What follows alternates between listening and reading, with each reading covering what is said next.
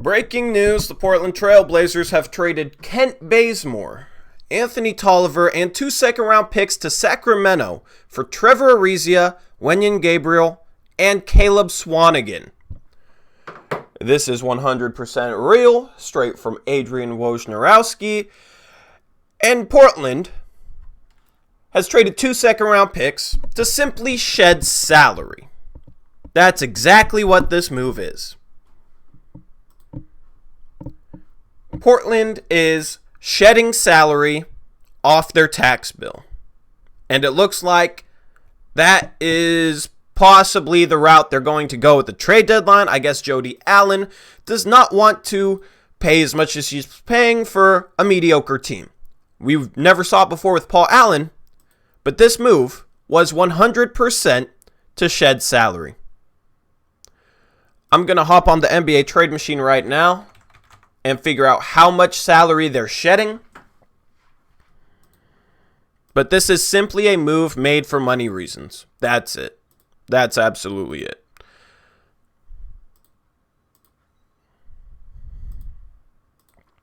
In this trade, Portland saves $5.2 million. Take that off the tax bill, they save, at least $10 million for Jody Allen, $11 million, maybe a little bit more. So that was a money-saving move. That's exactly what that was, guys.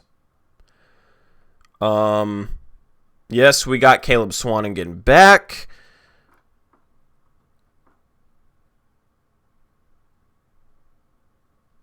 I don't think we necessarily got worse. Trevor Ariza has not been good this year. He's been a lot like Kent Bazemore. I would have been fine with... I don't know how I feel about this trade, man, because I've never had to evaluate a trade for money reasons, Trevor Ariza shooting 35% from 3. He's shooting 39% from the field.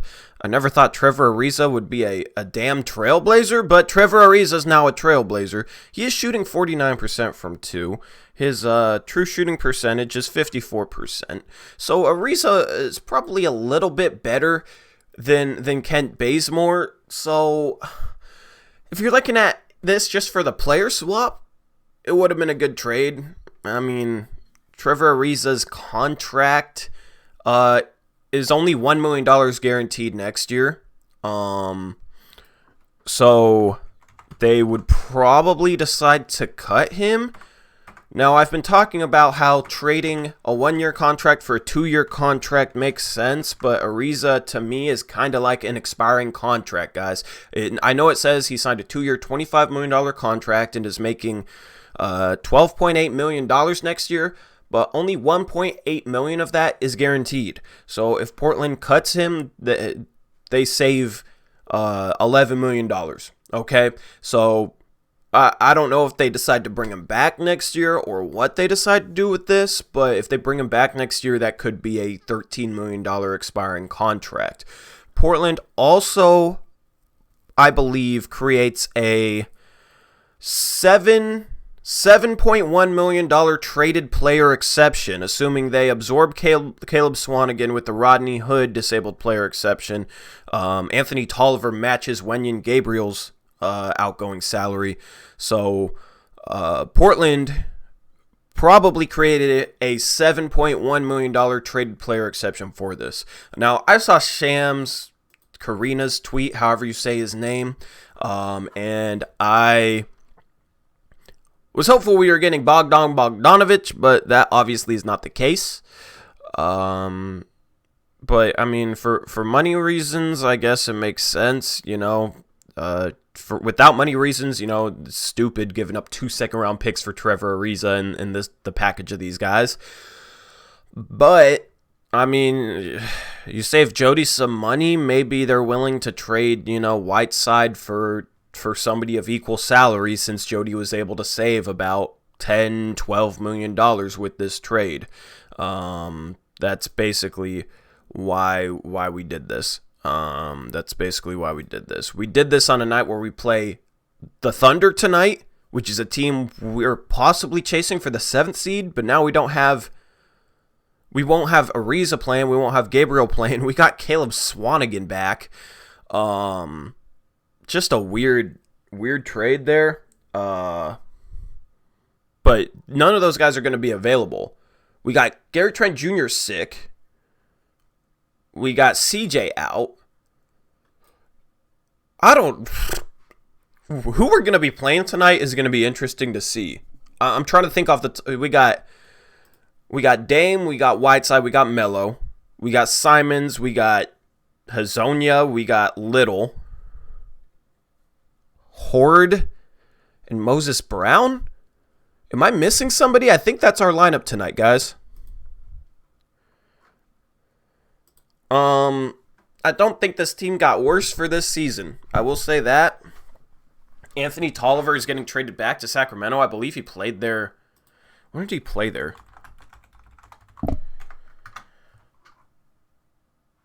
He played there in 2016-2017. Of course, we get Caleb Swanigan back. That was just to match salary, though. That was just for Sacramento to match salary, I think. Wenyen Gabriel's basically nobody. He's not really interesting at all. But I do like that we create a traded player exception. I do like that we created a traded player exception. If we do want to go the route where, we save some money next offseason, we can... Trevor Ariza is still basically an expiring contract. Or we could hang on to him and he'd be a $12.2 million expiring. He is better than Bazemore. So overall, this isn't a terrible trade. I hate a trade being made for money reasons, but this trade was made for money reasons. I'm gonna tweet out the response here.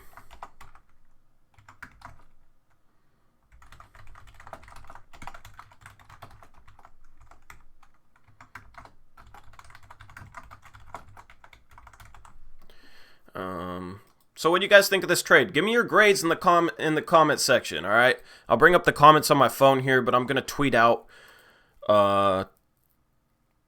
okay, it was Portland's 2024 and 2025 second round pick. So we didn't lose a second round pick this year, so that's good. I do like that. I do like that we kept our second round pick this year because that could be in the 30s for all we know. So let me just tweet out and tweet out the link. Give me your grades in the chat though.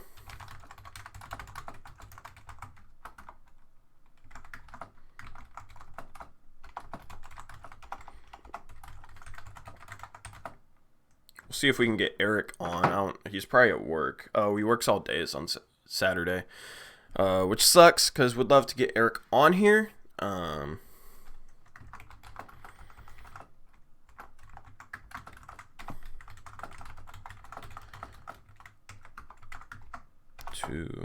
So yeah, this is for money reasons and that traded player exception.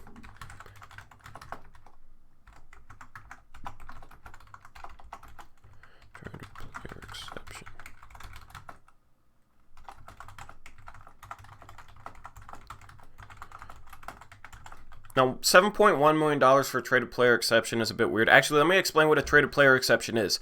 Portland, with a traded player exception, can bring in a player so basically they created a $7.1 million traded player exception with this trade. So anytime during the next year, they can bring in a player making $7.1 million or less and won't have to give anything out. That salary basically won't count because the traded player exception basically matches that salary, if that makes sense. You create a traded player exception by trading a larger salary player for a lesser salary player. So if you traded somebody making $20 million for somebody making $10 million, you'd have a $10 million trade player exception, could bring in somebody making $10 million without having to match over the next year. So that's something that might help our flexibility a little bit. But I do want you guys to see this this trade up here. Hopefully that's showing up well for you guys. Okay, so basically that Rodney Hood disabled player exception, they're probably absorbing Caleb Swanigan with this. It might not be a $7.1 million trade player exception, but I'm assuming so. Or Tolliver might be matching Caleb Swanigan's incoming salary, right? Wenyen Gabriel is either a minimum contract, which they don't have to match, or he fits in under the Jake Layman traded player exception. We still have a we still have a trade exception for Caleb Swanigan. We just got him back, right? But basically, these two guys, Kent Bazemore didn't have to match them, right? So Kent Bazemore for Trevor Ariza, he's making $7.1 million more. So Portland gets a $7.1 million traded player exception because, they were taking these guys back for free, basically, or with other methods. Jake Layman's trade exception, Wenyen Gabriel's a minimum contract, Rodney Hood disabled player exception, Anthony Tolliver matches this a little bit. It's kind of complicated, but basically this should create a straight across $7.1 million trade exception from Bazemore to Ariza. I do like that this isn't giving up. I mean, it's not giving up on the season at all. I do think we're actually a little bit better the more I think about it, unless you really valued what Anthony Tolliver was bringing to the team lately. So, I don't know. Ariza is not a good target. I do like that the second-round picks are down the line. Maybe down the line we can buy one of those back and be fine. So, overall, I don't hate this trade. At first, I saw it and I'm like, that's it. I was hoping for something better. But, I mean, I understand the reasoning of it. It's weird. It's weird bringing back Caleb Swanigan, man. It's so weird bringing back Caleb Swanigan. We'll see when these guys rejoin the team, probably when we come home. They could even honestly trade Trevor Ariza for something else. Basically, you can't combine Ariza's salary to other salary to match salary, but if they traded Ariza straight up, you might see them trying to trade Ariza for somebody making less and save more money. That could be a possibility, but just kind of, I don't know. It's just a weird trade. Sorry, my phone's playing audio right now. Thanks for taking Ariza, LOL Kings fan. Thanks for taking Kent Bazemore. Kent Bazemore is a lot like Ariza, man. At least Ariza's shooting 49% from 2. Kent Bazemore's shooting like 35% from 2. So that Kent Bazemore experiment was just a failure, failure from the start. And it sucked, too, because I was excited to get him. Let me move my lighting, make it a little bit better here. I was excited to get Kent Bazemore, man.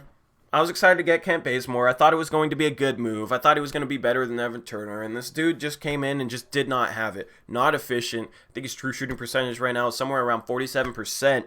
He literally just plays out of control. Didn't provide the level of playmaking I expected from him. Did not shoot well inside the arc at all.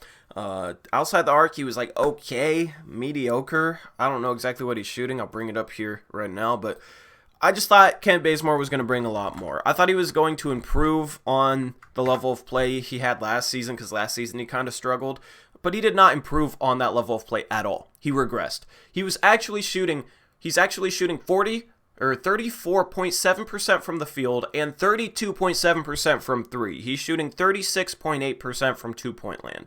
So, I mean, for all the people that are like, oh, we still need to try and make a run this year, you guys should like this trade because we did get a better small forward, okay? We only gave up second-round picks in 2024 and 2025 to do so. We didn't get worse from this trade. We got slightly better. With all our injuries, I expect Caleb Swanigan to play. So we bring Caleb Swanigan back and he's going to play. I'm not excited about that at all.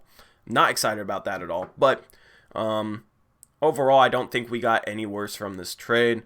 And we did save some money. We could keep Trevor Ariza, and he could be a $12 million expiring contract next year, and we did probably create a $7.1 million traded player exception. Therefore, there's some positive aspects of this trade, guys. I know it's not necessarily what you wanted for Kent Bazemore. It's not really what I wanted. But overall, it's not terrible. It's not a terrible trade, man. It's not. Can we send Caleb Swanigan somewhere else? I'm sorry, Caleb Swanigan, but send Caleb Swanigan somewhere else. God. I don't want Caleb Swanigan, man. I don't know. I don't know. I'm reading tweets here.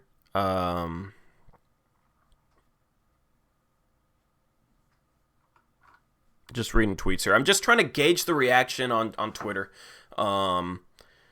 People saying Ariza's a huge upgrade offensively over Bazemore. I don't think so. I don't think he's a huge upgrade offensively. He is better offensively, but he's not a huge upgrade. I haven't really had chat open, so I'll check in with you guys. Sorry, I haven't had chat open, but seems like you guys don't really like the trade. I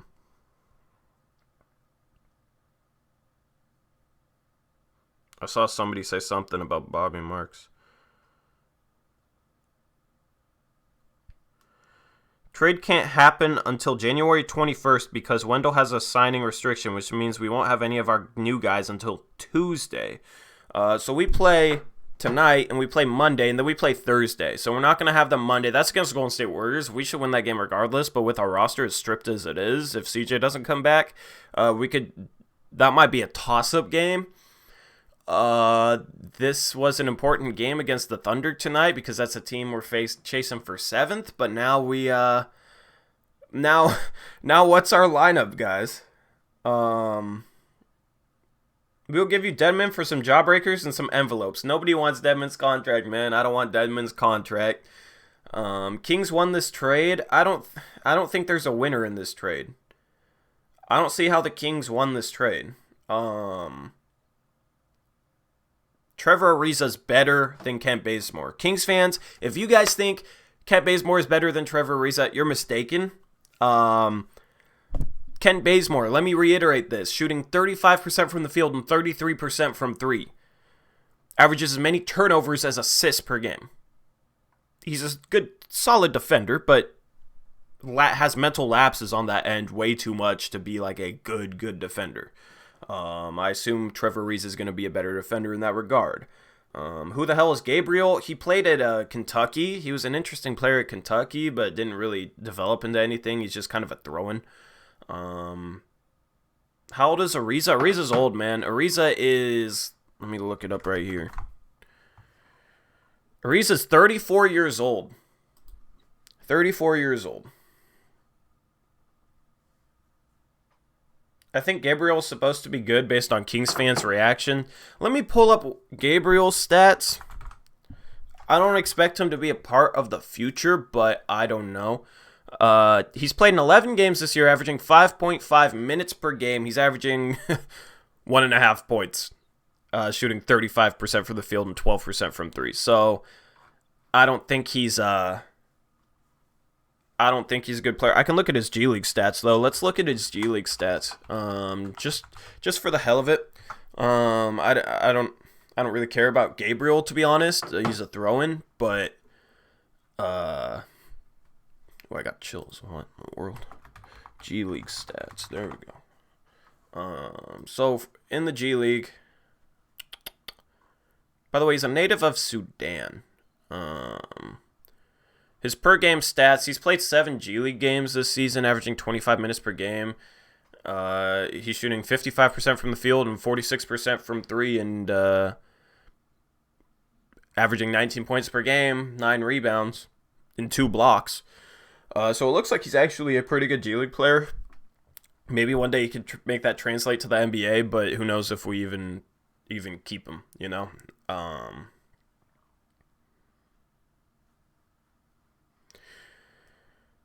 Yeah, I just didn't expect a trade today. Didn't expect a trade this soon. I should have got that Kent Bazemore 10 trade ideas out there fast, but yeah, no, this trade was not one of them.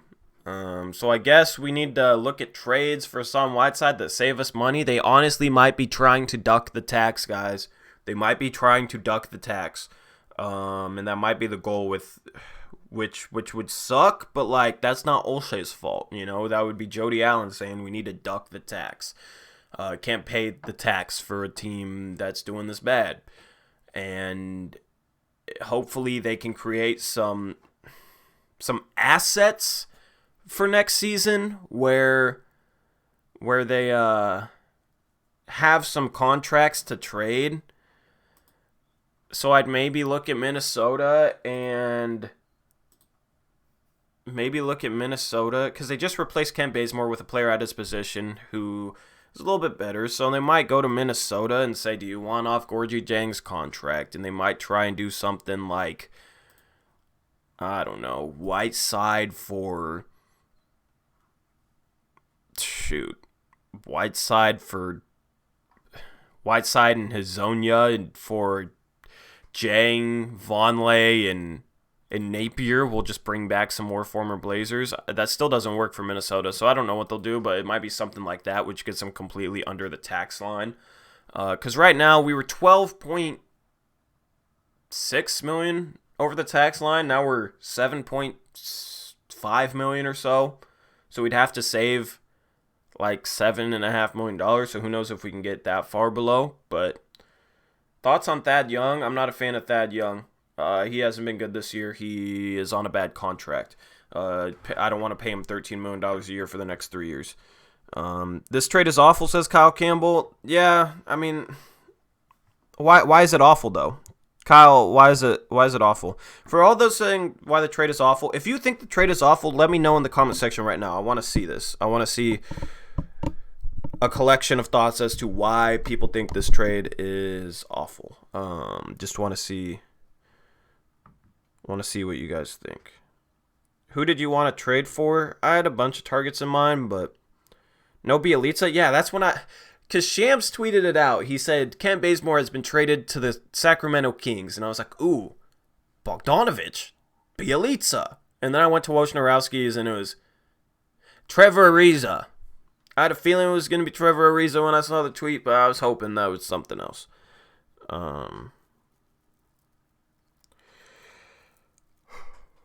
I just like giving up 2 seconds. I just like giving up 2 seconds, too.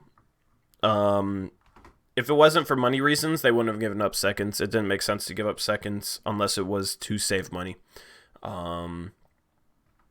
Sacramento takes on more money. And they trade probably the best player in the deal. But, I mean, they weren't close to the tax line, though. So maybe, I don't know. I thought maybe you could get away with only trading 1 second-round pick. I mean, we traded 2 second-round picks for Rodney Hood last year, so now we're trading 2 second-round picks for Trevor Ariza. That's not really exciting to me, but it's bad. They traded a large expiring for less value. Yeah, I mean, we should just tank. Our team didn't get worse, JP. Our team didn't get worse. Unless you like really think we need Tolliver. But overall, this trade, I don't think it made us worse. If anything, it was just a lateral move this season, and we save money. You know what I mean? The only way people can think this trade is bad, I think, is if they give up 2 second-round picks. But those second-round picks are in 2024 and 2025, like. Who knows where the team is at that point? Who knows what that affects? 2025, Dame will be, 34, 35 years old? I mean, are we really going to be missing that second-round pick if we haven't made a move to get this team in contention by that point? We probably won't. I guess it might. We don't have 2 second-round picks to make a Rodney Hood type trade like we did last year, but Eric said he's mad. Blazers up, res, said Brian Scalabrini. Yeah, Eric's at work. I get that he's mad. It's just not the most ideal trade. Wish we could have gotten Harrison Barnes. I would not have wanted Harrison Barnes. That would have been worse than this trade, guys. Harrison Barnes would not have made us a contender, and he's making like $25 million a year and up for mediocre production for the next 4 years. So that he would have locked us into the roster we had. So I'm wondering if they might be going after cap space. They traded for Trevor Ariza. He has only $1.8 million guaranteed next year. That's what you guys also have to notice for anybody new in here, all right? I know it says $12 million for 2 years for Trevor Ariza, but next year he only has $1.8 million guaranteed. So they can cut Trevor Ariza, and it would only be $1.8 million on the books. I believe they could stretch that out and make it $0.6 million for the next 3 years. Either way, though, Trevor Ariza, in my mind, is basically an expiring contract, but they can also decide to keep him for that amount if they want. And then they'd have a $12 million or a $13 million expiring next season and a $7 million trade player exception. So I don't think they use that traded player exception this season. If they're looking to shed salary, it wouldn't make sense to shed salary. And then, yeah. So in terms of players, the Blazers have active tonight. I want to know why Eric's so mad. I wish I could bring Eric on, but he's at work, guys. It would be riveting to hear Eric rant about this.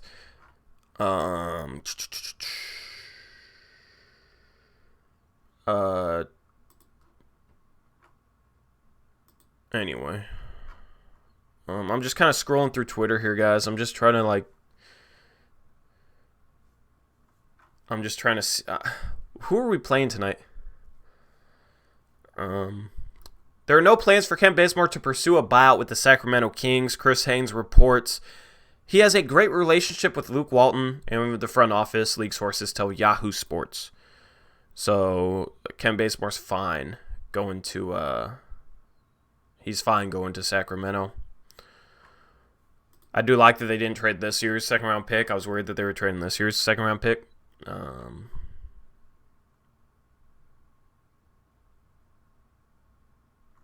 yeah, I think the Blazers have eight players tonight, counting Horde and Brown. So I'm going to watch this game just for the entertainment value. Guys. I mean, maybe Jalen Horde drops 35 points and 10 assists or something crazy. Let's see. This could also mean Portland might be ready to take on a big contract for Whiteside and didn't want to be too far into the tax. That's what this could also mean. Basically, this just means that Jody Allen wanted to save money in the long run. Olshey probably valued Trevor Ariza more than Kent Bazemore. This trade isn't terrible, guys. I'd probably give this a B minus. I'm waiting for Eric to respond and tell me why. I wish Eric could get on this. I don't even know what you call this. I was gonna say the podcast, but literally I just went live because we made a trade. I'll go live when we make trades, man. That's the goal. I saw this trade, immediately went live, but the grade for this trade pretty much depends completely on what we do in the next month. Yeah, I guess.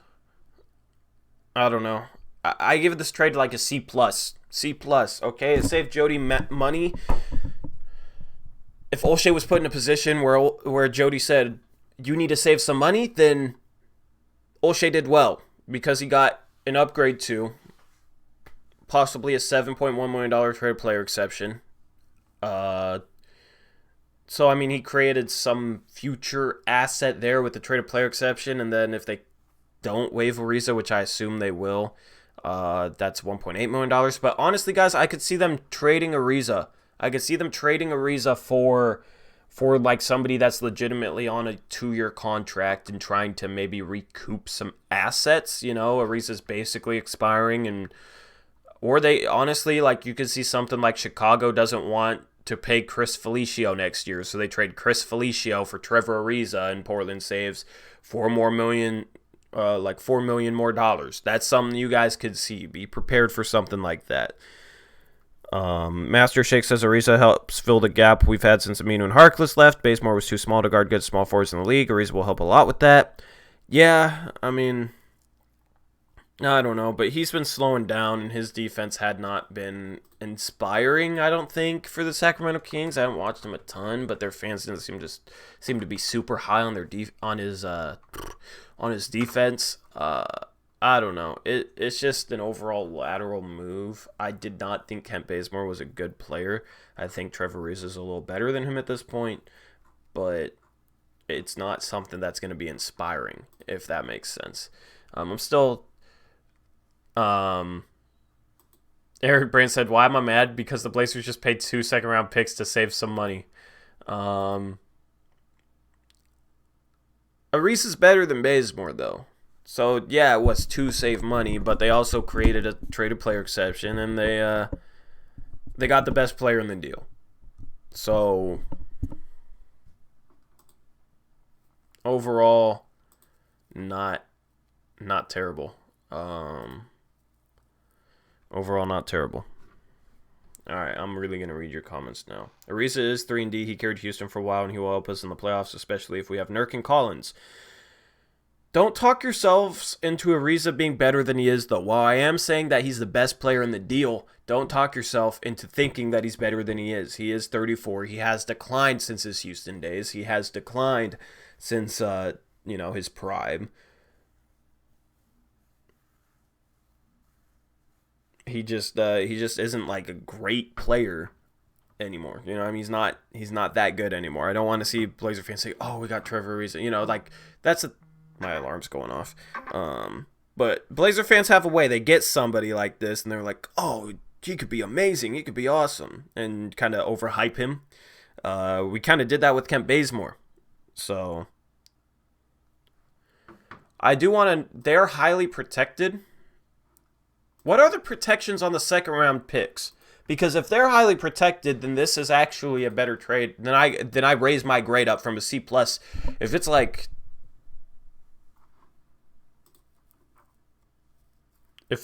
a, I don't know, top 55 protected pick.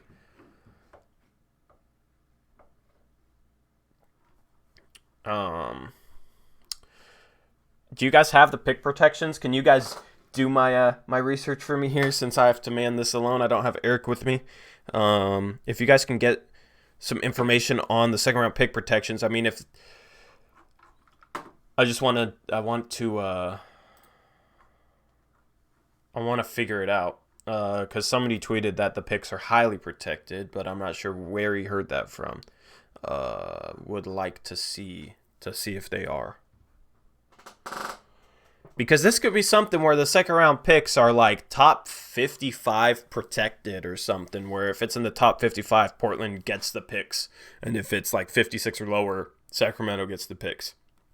If that was the case, I'd probably grade this a B, maybe even a B+. I mean, you don't, get a huge upgrade for Bazemore, but you save money without giving up second round picks, and you create a trade player exception, and you get, Trevor Ariza, who's basically on expiring, or you can keep him and have him be a $13 million contract next season. The thing is with Trevor Ariza, I don't know the details on this, but we might be able to trade him on draft night. We might have to guarantee his salary, but if we're making a trade for a player, I don't know how that works. I think so. I gotta do some research on this, guys. I'm just trying to examine our options here. Trevor Ariza contract. Let's go back to here. Let's go back to spottrack.com. That's where I get most of my salary information, spottrack.com. It's pretty good. It doesn't have a guaranteed date, so I don't know when he becomes guaranteed. Usually it's like if you cut the player by July 1st, then he isn't guaranteed next season. But I think... So assuming like July 1st is the guaranteed date, or June 30th or whatever, I think in order to trade Trevor Ariza on draft night, we would need to guarantee his contract first. You have to like guarantee it, then trade it out.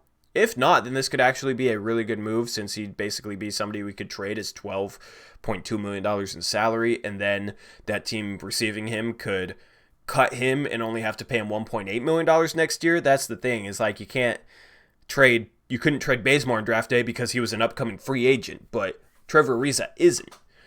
So we could possibly trade him. It could be something where we could wield him as a trade piece. Even if we have to guarantee his salary next season, we can still use him as a trade piece at the deadline. If we find something we really, really want, then we can trade for them and just guarantee Ariza's salary, and the team bringing him in just pays him $13 million next year. A team trading a good player on draft night is probably going to be rebuilding next year anyway, and probably not going to have a ton of salary on the books, so that $13 million might be irrelevant. So that actually gives us an option where we could possibly shop Trevor Ariza's contract on draft night, and if we can't send it out for something, if we can't find something, then we just cut him right before free agency and only have to pay him $1.8 million next year.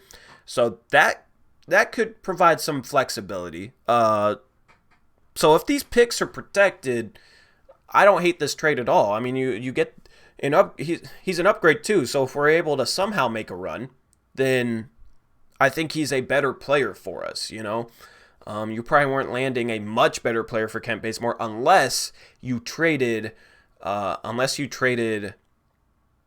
first round pick. So 2 second round picks, especially if they're protected, heavily protected, then that would be a good trade, I think. That would be a great trade. So I'm looking through Twitter here. Looking through Twitter. I'm just trying to find some information on this trade. On the picks, because I want to see if they're protected. That guy said they were protected. If he's lying, I shouldn't put too much stock into what somebody on Twitter says. But it seems kind of random to say unless he saw something. So I'm just trying to follow up with that here. If you guys find stuff out, let me know. I know I haven't looked at chat a ton. My chat actually froze. What the hell?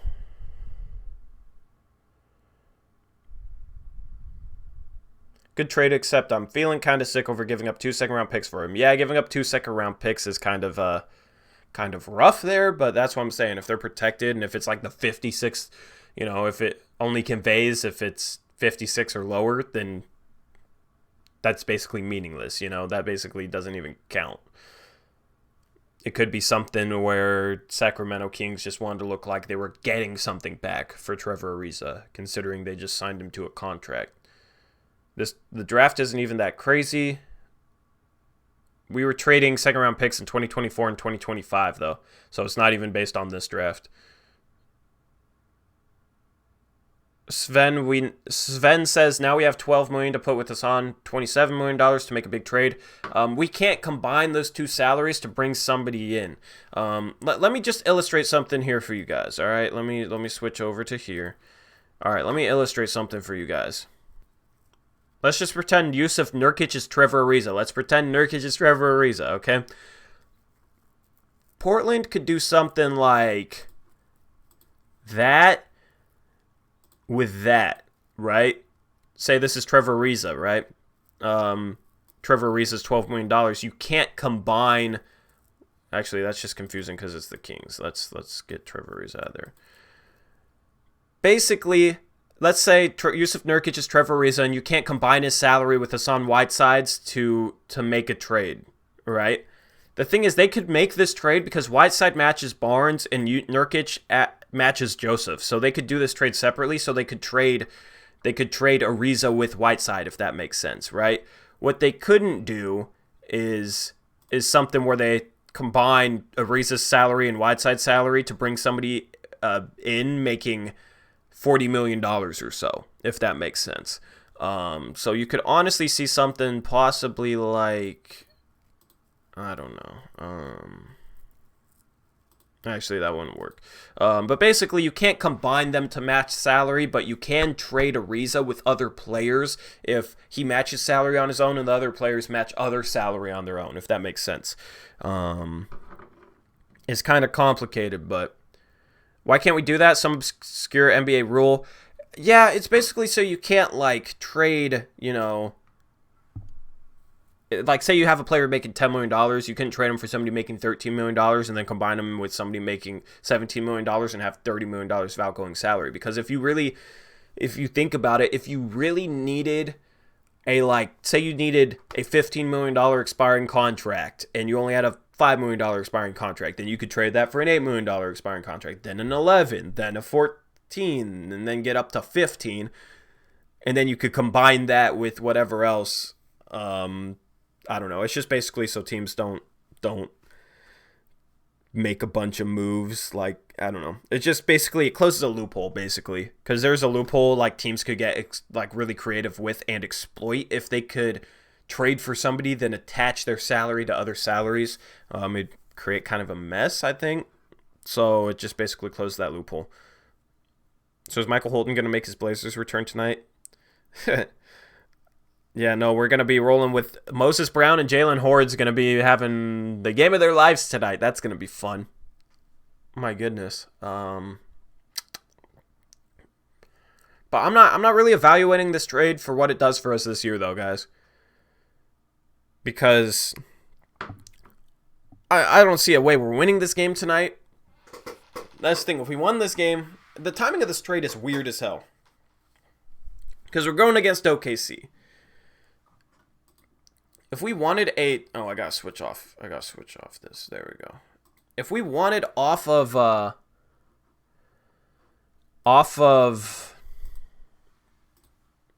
am I saying here? We could have saved... We could have basically waited to make this trade. Because... I think you can't make this trade until the 21st. That's what somebody told me. Because Wenyen and Gabriel can't be traded until the 21st. So... They could have waited to make this trade and actually had a lineup that could have possibly won tonight in OKC. If they win tonight in OKC, they'll be 4.5 games back of OKC in the 4 games back of the 7th spot, basically. And they would have the tiebreaker. They lose tonight, they're 6.5 games back of OKC. And they probably wouldn't have the tiebreaker. They might not have the tiebreaker. So this game tonight is a huge swing game for our chances of having the 7th seed. I think we need the 7th seed because I don't think we're beating the Los Angeles Lakers in the first round. So this trade says to me they don't care about this year. They don't care about this year. That's what this trade says to me. Even though they got a little bit better, they did it right before maybe the most important game of the year. And they could have waited. They could have waited another game, right? But they didn't. So what does that say to you guys? They don't care about this game tonight, which says this game is so important that if they don't care about this game tonight, it says to me that they don't really care much about this season. So that's basically what it is. Jeffrey says, seems like a decent trade, and although they both needed to go, kind of sad they are gone. They had some good vibes. Yeah, that was over quickly, huh, guys? The Bazemore era was over like that. Honestly, I think tanking is the best move at this point. I mean, I don't think they're gonna tank, but you can't like hold Dame out. You know what I mean? That would piss Dame off. That's the thing. You gotta make moves where Dame is like, okay, that didn't make us worse, and okay, we still got a chance to compete. So this move saves some money, but also I think they got the best player in the trade, which is Ariza. So to Dame, you could say it like, look, we're still trying to compete. We brought in Trevor Ariza, who's better than Kent Bazemore. Trevor Ariza has struggled the past couple years, kind of declining, but he's still better than Kent Bazemore. So look, we're kind of upgrading. Olshey could say, you know what, Jody Allen wanted to save money. So I saved her some money, but I also got the best player in the deal. I got an upgrade in Trevor Ariza. It's not a huge upgrade, but it's an upgrade. And that could keep Dame happy, and they could still make a run. For all the people saying, oh, they should probably tank now, or tanking is the best move, they're not going to piss off Dame like that. They're not going to like sit Dame out for the rest of the season. The NBA wouldn't even allow it. So it's not something that's even feasible. It's not something that should even be considered. I'm honestly like, every time somebody says tanking, I'm just like, no, it's not. It's not gonna happen. It's just not gonna happen. But yeah, Ariza was only playing 25 minutes per game, getting 6 points per game. So I mean, like, offensively, he's not. He was getting more assists per game than Kent Bazemore, though. Believe it or not. So just an overall interesting trade, I think. And Portland could still flip him for something else.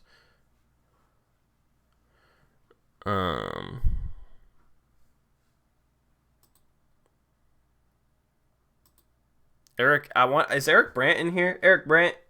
Is Eric Brandt in here? He's being like really depressing on Twitter, man. He's a lot lower on this trade than I was.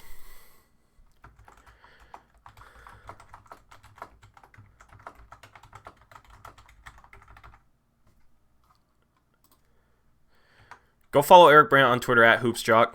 That's my co-host. For those of you who are just tuning in for a trade thing and haven't tuned in here, we have live post-game shows just like this after every Blazer game, and we also have live podcasts Monday, Wednesday, Friday. Eric Brandt is my co-host.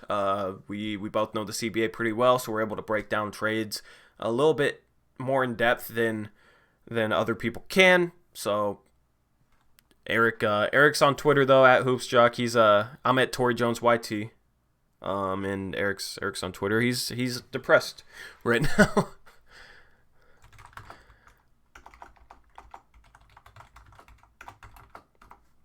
But I was wondering if Jody wanted to save money. So this doesn't shock me. This doesn't shock me. The guy who ended Rudy Fernandez's career is now a Portland Trailblazer.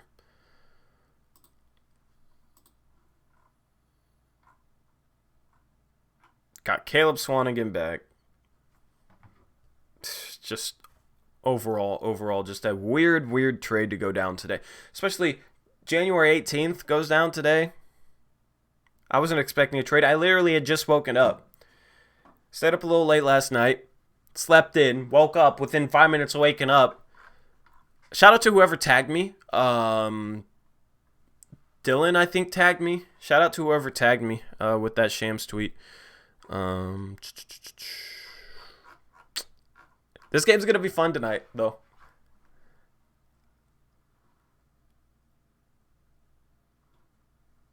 But this deal.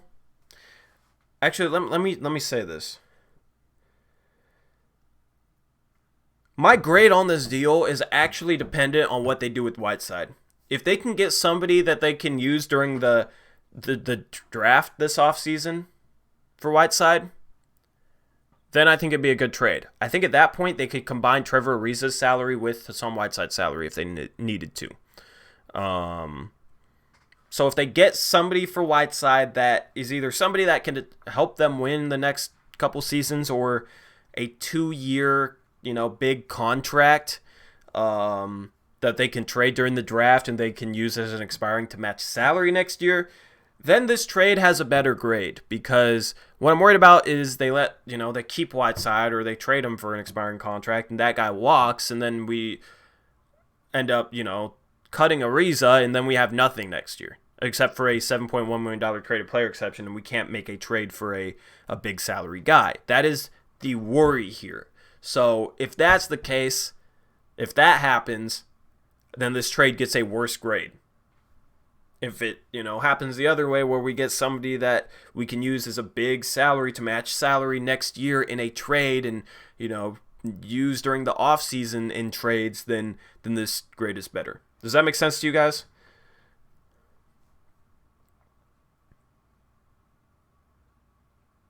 No, I don't drive a truck with a Blazers license plate, Brady. I do not.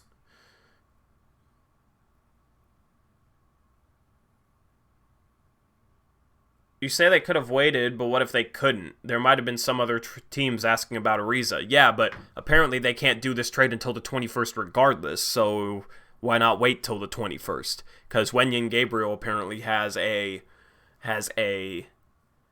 exception where he can't be traded until the 21st. That's what I read somewhere. I don't know if that's true, but that's what I read. So if that's the case, then jeez, my voice quitting on me. What the hell?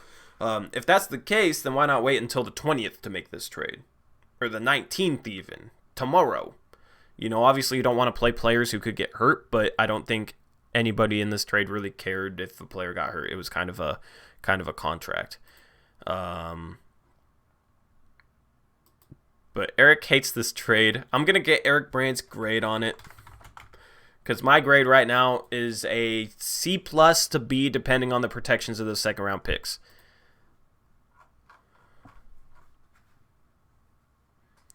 See, Bobby Marks just tweeted out 7 minutes ago. And I told y'all first. He said Portland will create a 7.2 and $1.7 million trade exception as part of the deals. Both exceptions will expire next January. So won't run up to the trade deadline, but they could make a move next year with those traded player exceptions.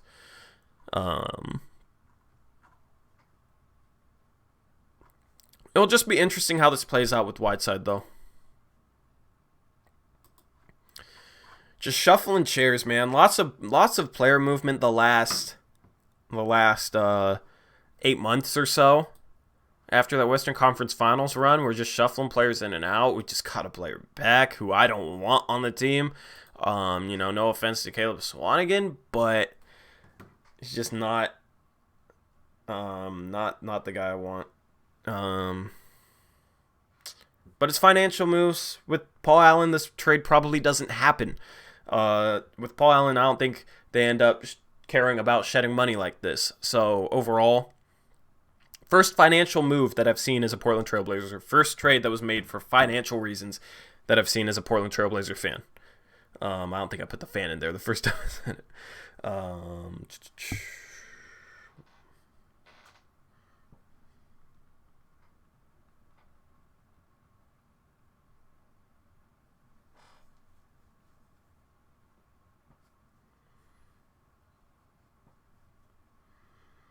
Let's bring Giannis to the West. Yeah, Giannis to Portland. Let's start the hashtags right now. Swanigan is expiring and gives us cover at center. It makes sense. Honestly, I'd rather play Moses Brown at center than Caleb Swanigan. I don't want to. Caleb Swanigan's... God, I can't believe we got Caleb freaking Swanigan back, man. What the hell? We literally just traded him 11 months ago.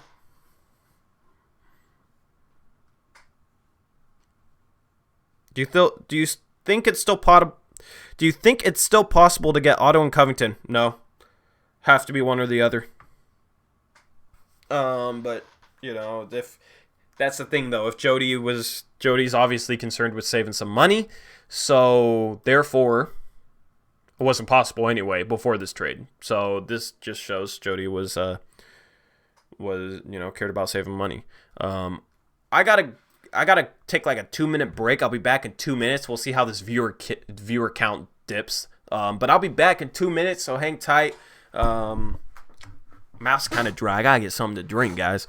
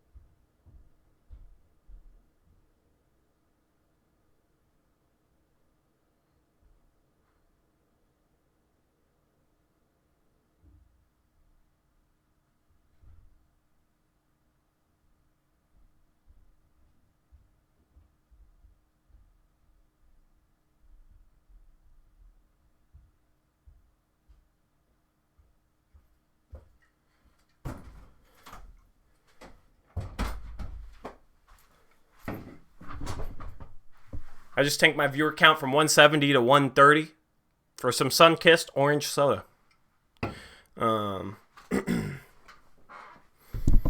Yeah, I don't know. My voice, I keep getting my throat, having to clear my throat and stuff. I don't know what's wrong with me, man. I don't know what's wrong with me. All right, what's Tori's crying right now? I don't hate this trade. Eric is crying right now.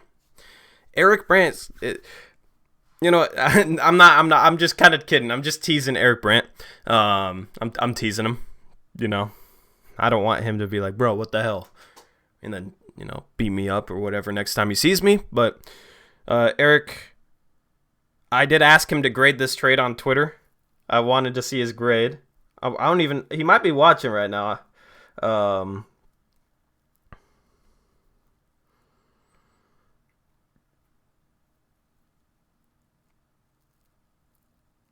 Yeah, I don't know, guys. I don't know. I wish I could bring Eric in. This rant would be epic, man. We're missing out on the content.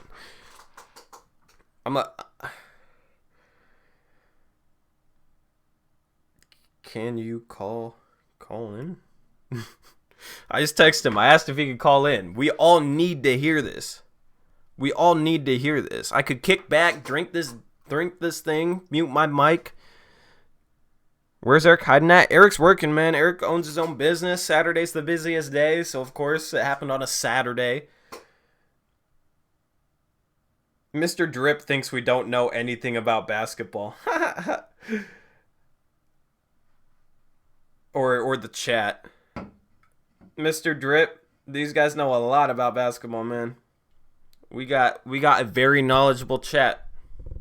So please do not insult my chat. Splash Chase says, I think we are going to get a good asset because we just saved cap room.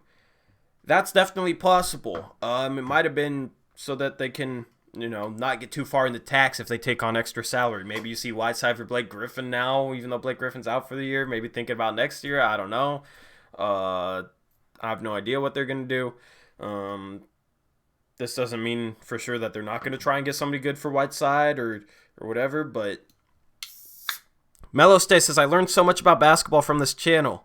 I love hearing that. I absolutely love hearing that. That's kind of like my goal. I want to help you guys learn about the game, but also like learn about the CBA and this kind of trade stuff, this cap stuff. So I try and, approach things from multiple angles with that.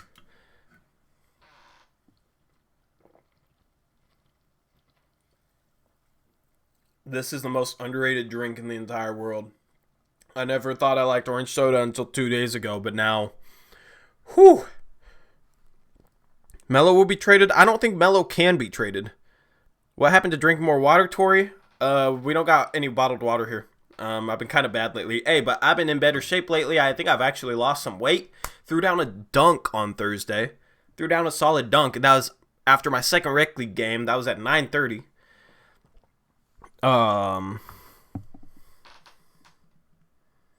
Eric said to me. I said to the show, bro. No, I was dunking after playing basketball for 2 hours yesterday. That was impressive. So I'm feeling better, so drinking a little soda. Eric just asked, are you going live? I'm already at 1,000 playbacks. Eric didn't realize I was live. I tweeted it out twice, and he's been on Twitter, and I think he replied to something I was on. Kent has to go. Well, he's gone, so there you go. Aaron Gordon. I'm not a fan of Aaron Gordon. Let me bring up Aaron Gordon's stats, since somebody just suggested Aaron Gordon, which happens a lot. Aaron Gordon's on a bad contract, I think. Okay, Aaron Gordon. For the people that want Aaron Gordon, you're telling me you want a guy getting 13.5 points per game, 7 rebounds, almost 3 assists, right? But you want a guy shooting 42.6% from the field from the power forward position and 29.3% from 3, under 70% from the free throw line. He has a true shooting percentage of 50% at the power forward position. That's awful. He's as inefficient as Anthony Tolliver. He's just flashier, more athletic, and plays more. You know what I mean? Obviously he's a better player. I'm not saying he's not, but Aaron Gordon's not that good, man. And he's making, what, $16, $17 million a year for that production? People are like, oh, his contract's declining. It's still a bad contract. I'm not a fan of Aaron Gordon. I don't know if you're just bringing him up as like a possibility or if you were suggesting him, but I see a lot of Blazer fans that really, really want him, and he's just not good. Marcus Morris maybe, but not Marqueef. You could possibly see. Actually, let me go to the trade machine here. Let me bring it back up for you guys. I don't know how to switch scenes. How do I switch? Okay, let me try and set a hotkey so I can switch screens without going into my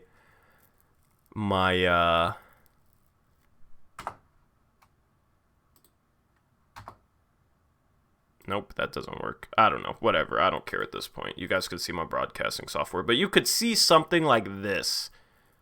New York Knicks, Whiteside for Marcus Morris. Reggie Bullock. No, that's not enough. Reggie Bullock. I'm trying to figure this out here. Wayne Ellington has a team option. You could see something like this. You could see something like this. That saves them another $5.8 million. They get Marcus Morris. Maybe they trade out second-round picks. But Marcus Morris probably would take a first-round pick. But maybe you could see something along those lines. You'd probably have to trade a first, though, which I wouldn't trade a first in that situation. I can try out different follow-up trades if you want. I can talk more about this trade. What do you guys want? Also, if you want to appear on post-game shows, live post-game shows, or live streams, you can donate to me on Patreon. There's a link in the description below. $10 a month or more, and you can actually come appear on the channel on a post-game live stream. We should have somebody tonight, one of our patrons tonight, or on a podcast. So $10 a month, figured that was a pretty good deal if you guys really wanted to come on the channel, talk to me live about basketball, and you maybe cover a game or whatever. So link in the description if you guys want to go check that out. I figured I'd plug it since we got a lot of people in here. Oh, we got Eric Brandt. You guys are probably hearing that Skype ringtone. Yep. There's that Skype ringtone. Let me answer it. I muted him. My headphones are right here. Got to plug them in. 1 second.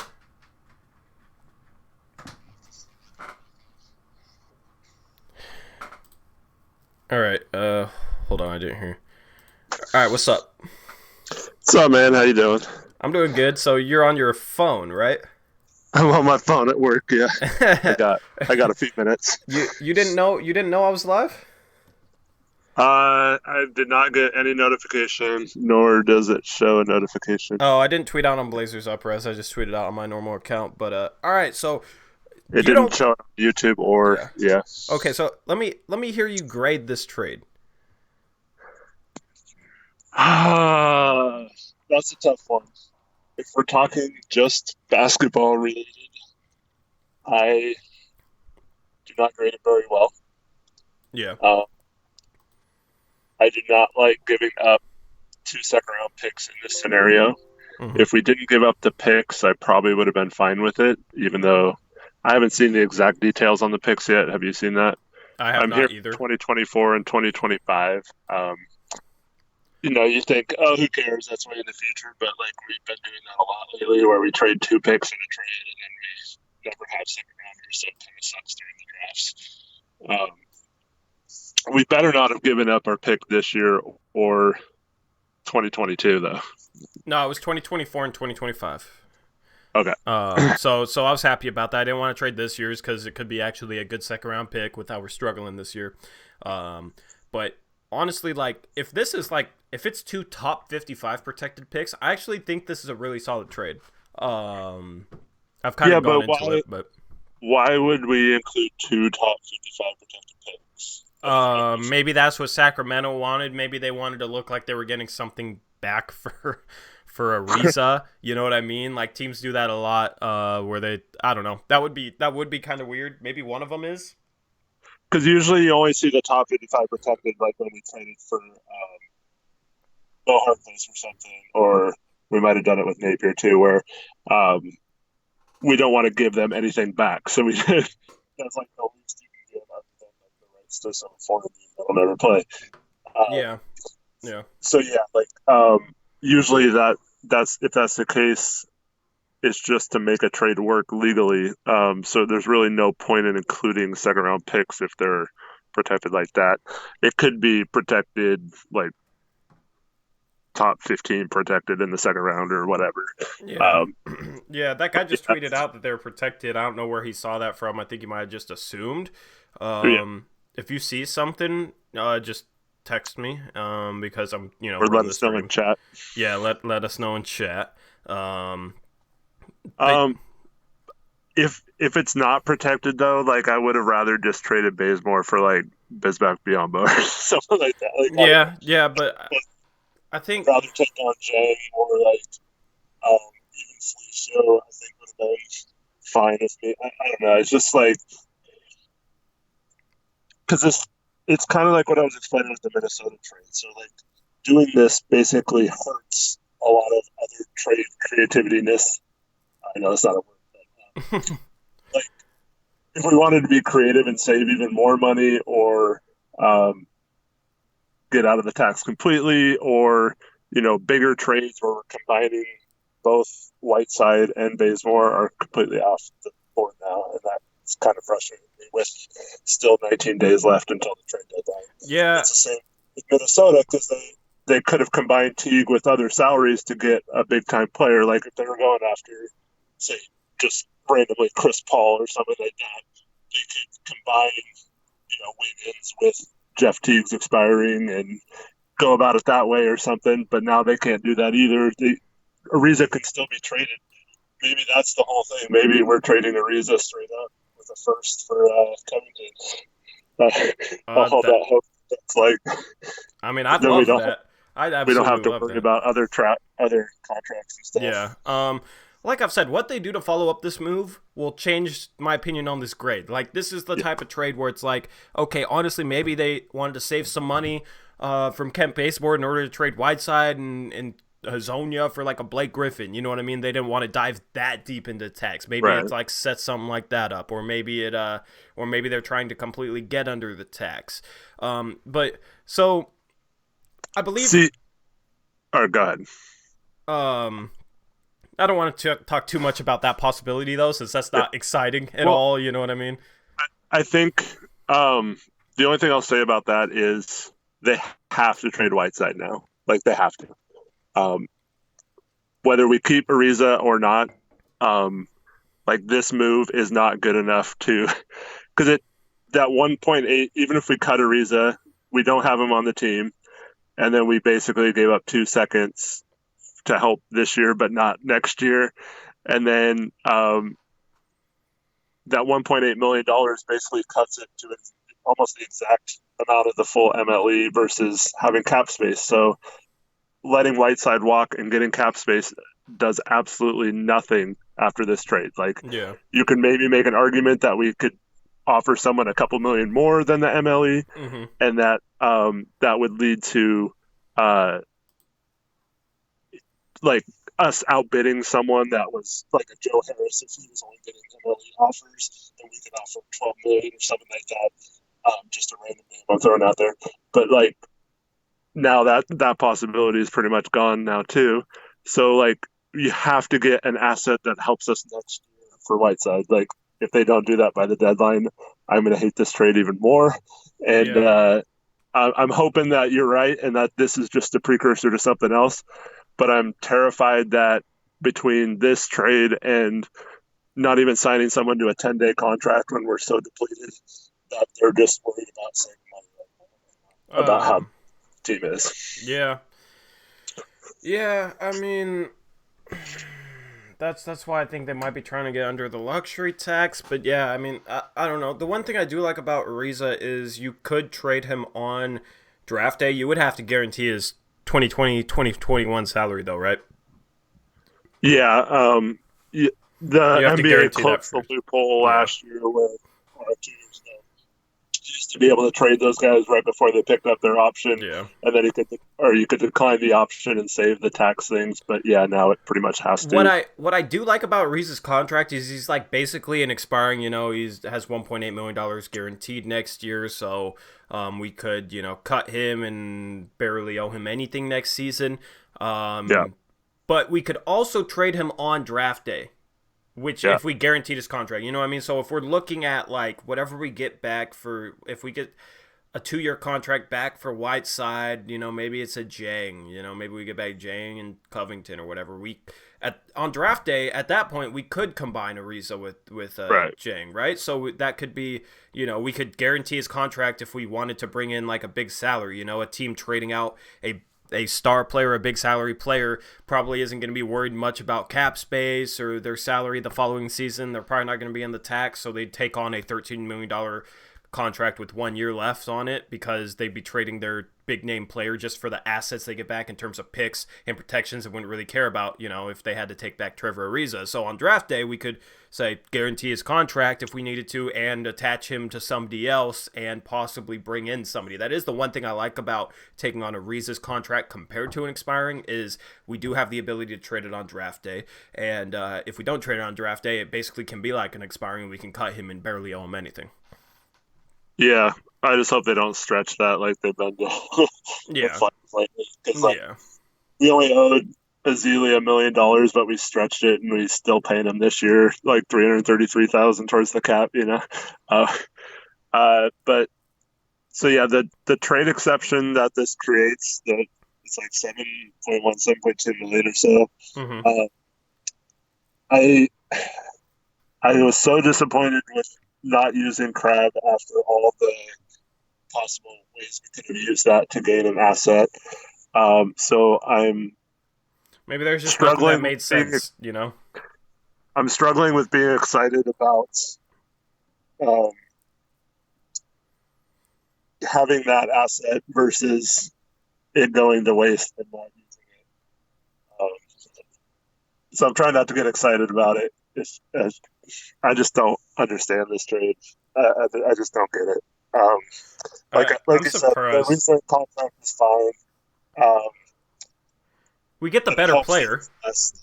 Bazemore's.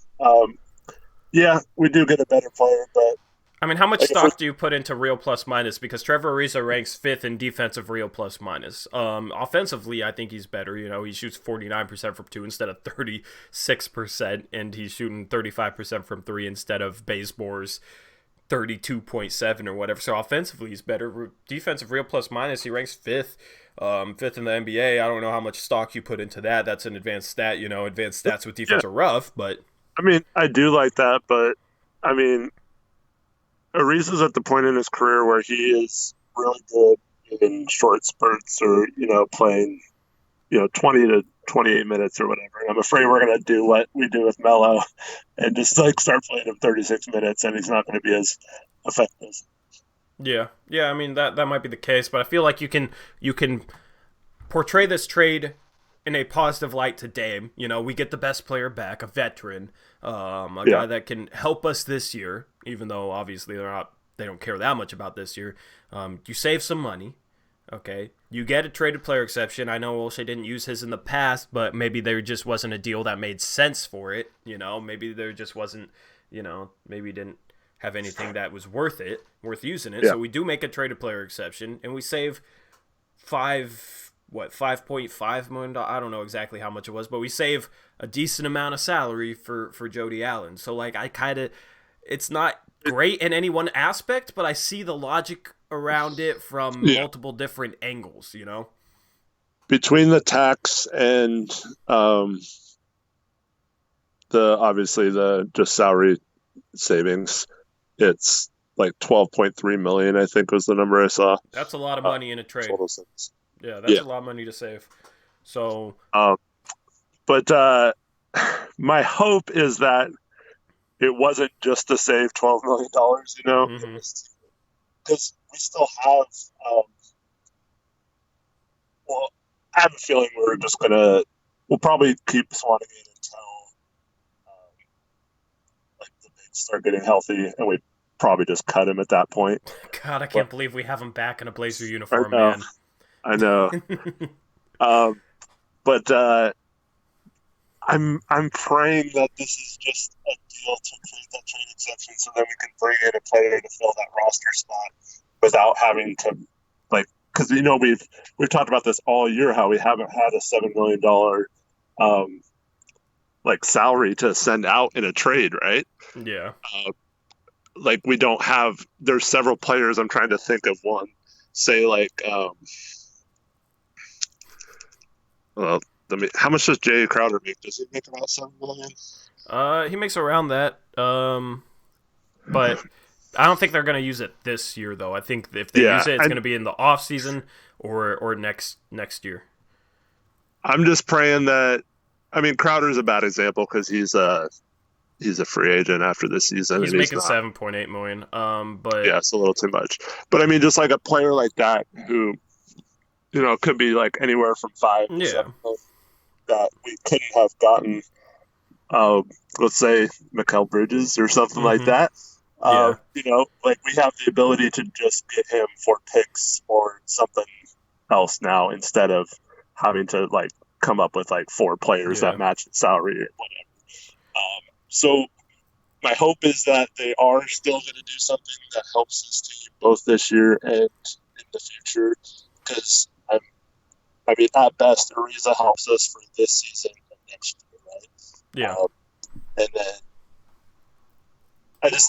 to me, it kind of feels like we didn't give up an asset like Ubre, but it kind of feels like the move Washington made last year that Ariza didn't really help them that much. So, a lot of that was. Yeah. I mean, he's not an exciting player. John Wall or anything, but he's solid. It's just he's too old to get excited about. I will say this.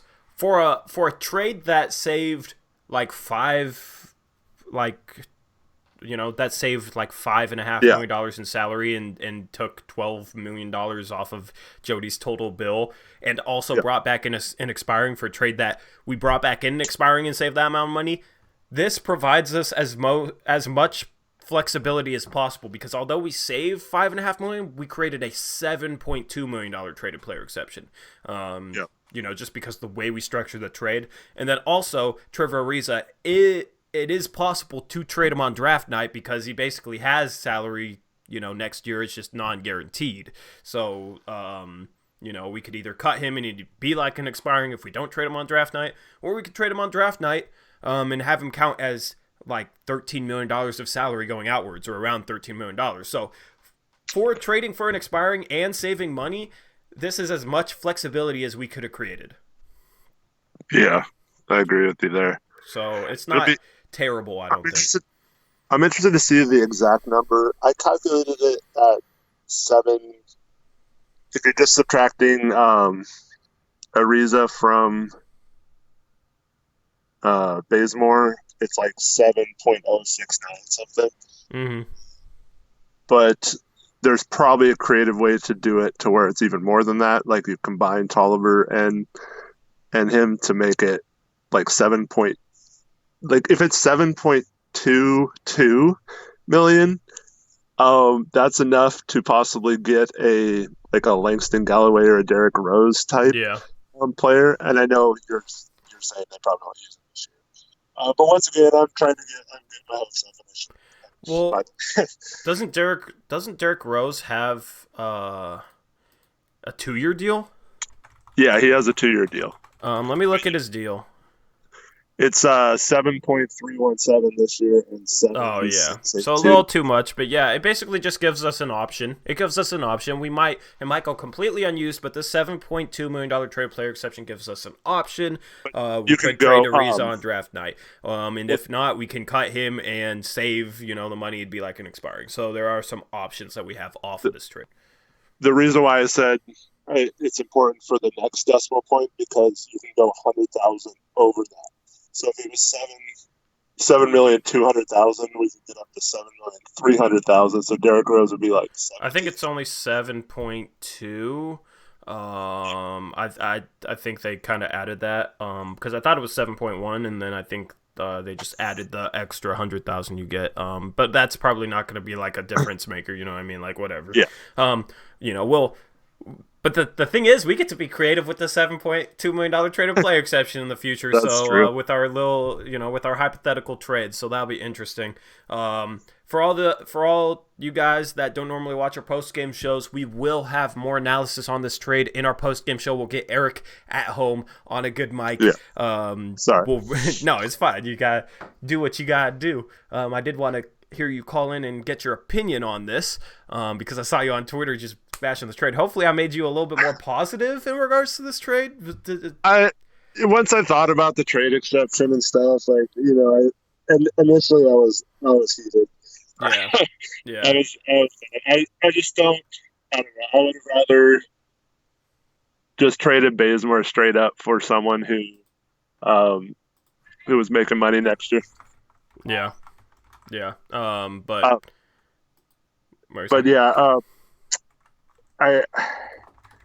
yeah, it's not the worst trade, but it's not great, and I'm holding out hope too that Gabriel can like come in and show something. He's actually kind of intriguing, man. Yeah, I like his skill set, and I like some of the things he's doing down in the G League and stuff. Uh-huh. So, I mean, maybe we can find a diamond in the rough there, and I'm gonna watch this. Yeah, I'm gonna watch his highlights after this stream is done. I'm gonna watch Gabriel highlights because he could be a better option than Hezonja. To be honest, I mean, I don't know. We don't really have many options at the forward spots. He is what, 6'9"?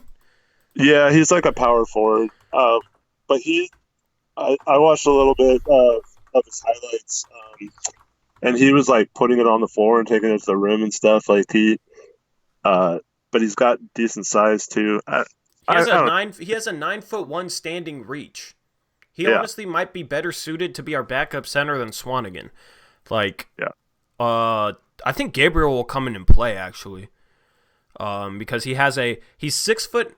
I'm just looking at his draft express. Height with shoes is 6'9.25". So with shoes, he's like 6'8". Wingspan is 7'1". Standing reach is 9'1". Standing reach is good. That's a good standing reach.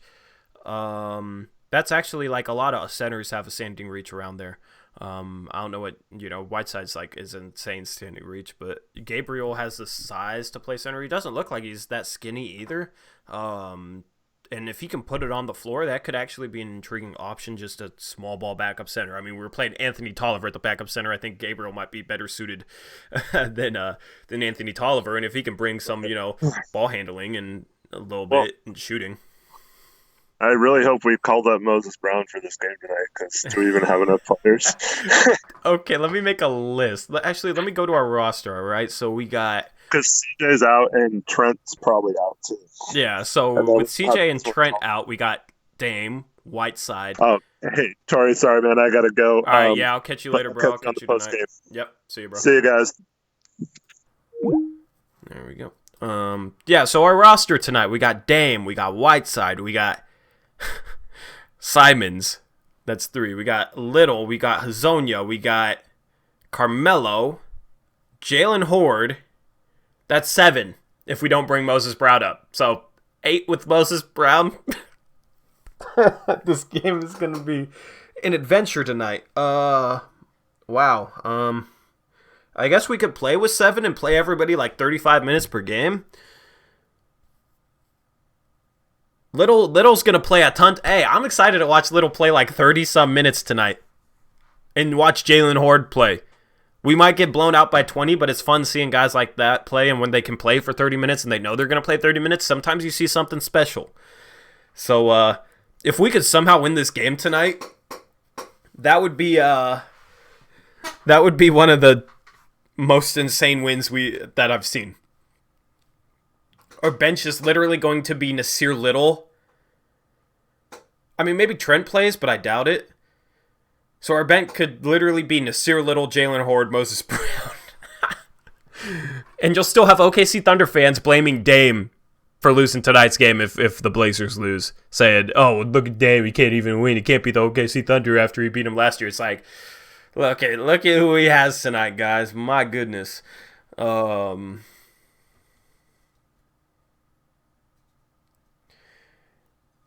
Kyle is in the... We got a Kings fan named Kyle in the chat saying, I would have taken draft picks for crummy-ass Ariza. Ariza's better than Bazemore, man. I don't know what you think Bazemore is going to be, but Ariza's better than him. Ariza shoots a better three-point percentage than Bazemore shoots from the field. So...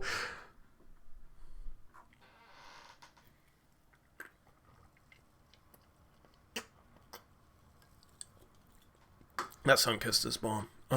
Nate Jones just tweeted something out. This is a good point. They said they did try to save on taxes when Paul was alive. See Noah Vonleh trade to Chicago. That was to like completely duck the tax though, but that is a good point.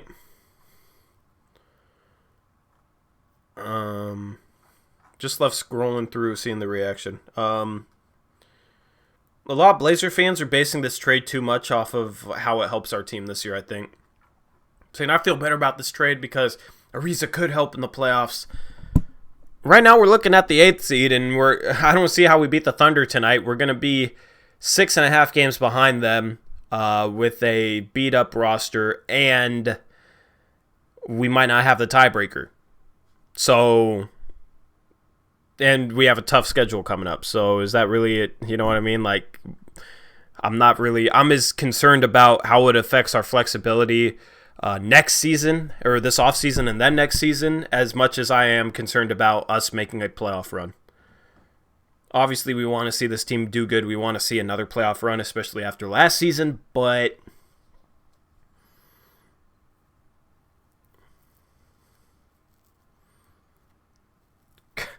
Kyle is mad at Ariza because he missed like 6 games due to personal reasons. Wow, bro, you don't know what he's going through. Why are you going to judge him for missing games to personal reasons? Come on, man. The hell? He missed games for personal reasons. Screw him. What? Hazonia sucks. I know. But he's going to be starting tonight. That's going to be entertaining. You're going to have Simons and Hazonia. Or maybe they start Little. I don't know. Tommy Thompson said, I missed the first part of the live stream. And is this a move for next season? No. No, I don't really know what they followed this up with. But I don't think it's a move for next season. I think it's a move to save money. I think that was the number one reason they did this trade.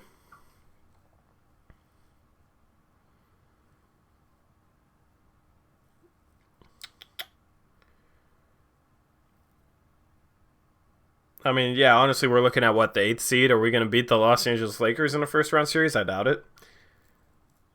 Might be able to pick up a game, maybe. But Anthony Davis and Rajon Rondo, we saw how we struggled against them when they were the Pelicans, and those guys trap pick and roll so well, and I still don't have confidence in Stotts to figure that out. I'm going to read the Adrian Wojnarowski article on this because, Wojnarowski and Olshey, are close, but Wojnarowski's article reads, the Portland Trailblazers have agreed to trade Kent Bazemore, Anthony Tolliver, and 2 future second-round picks. The new iPhone 11 runs... Actually, I have it. I gotta mute that. All right. Because ads always play. ESPN gotta make their money. The Portland Trailblazers have agreed to trade Kent Bazemore, Anthony Tolliver, and 2 future second-round picks to the Sacramento Kings in a deal that sheds $12.5 million in salary, league sources tell ESPN. The Kings will send Trevor Ariza, Wenyen, Gabriel, and Caleb Swanigan to the Blazers, whose luxury tax bill drops to $7 million with the deal. So we're $7 million over the luxury tax line. Bazemore and Tolliver expiring contracts. Ariza has a partial guarantee of $1.1 million on his $12.8 million contract next season. So the site that I use for my contract stuff says $1.8 million. Woj says $1.1 million. Probably doesn't matter all that much. Portland will also create a $7.2 million and a $1.7 million trade exception as part of the deals. Both exceptions will expire next January. The Kings are continuing to pursue trade avenues for center Dwayne Dedmon, who's in the first season of a 3-year, $40 million contract, league sources said. Yeah, what's up with the Kings, man? They signed Trevor Ariza to a contract last offseason, and he's hasn't been that good for them. Dwayne Dedmon to a 3-year, $40 million contract. Corey Joseph to a bad contract. The Kings screwed up last offseason. If you're a Kings fan in here, I feel for you guys because you guys had a great season last season. We're knocking on the door for the playoffs, and then your front office went and signed 3 washed-up veterans to super overpriced contracts, and instead of just signing 1-year deals, signed them to multiple years. That was stupid as hell. I think Sacramento had the worst offseason in the entire NBA this past summer. Signing those guys was kind of ridiculous. Now they're trying to trade Dedmon. I mean, they got rid of Ariza, but Ariza was like, I don't know, Dedmon and Joseph have guaranteed contracts next season, guaranteed salary next season. Trevor Ariza doesn't. So Trevor Ariza was always going to be the easiest one to trade, and they traded him. But yeah, classic Kings, says Brian Scalabrine. Yeah, that's classic Kings. You think the Kings will make the playoffs next year? It's hard to tell. Who knows what the rosters are going to be next season. Yeah, all right. Like I said, we'll be live after this game tonight. We'll have Eric on a better mic. We'll break down this trade even more. We'll break down this game tonight because that's going to be a very entertaining game. You got a roster full of Jalen Hordes and Nasir Littles and Hazonia's playing against the Oklahoma City Thunder. Maybe they can keep it competitive though. Who knows?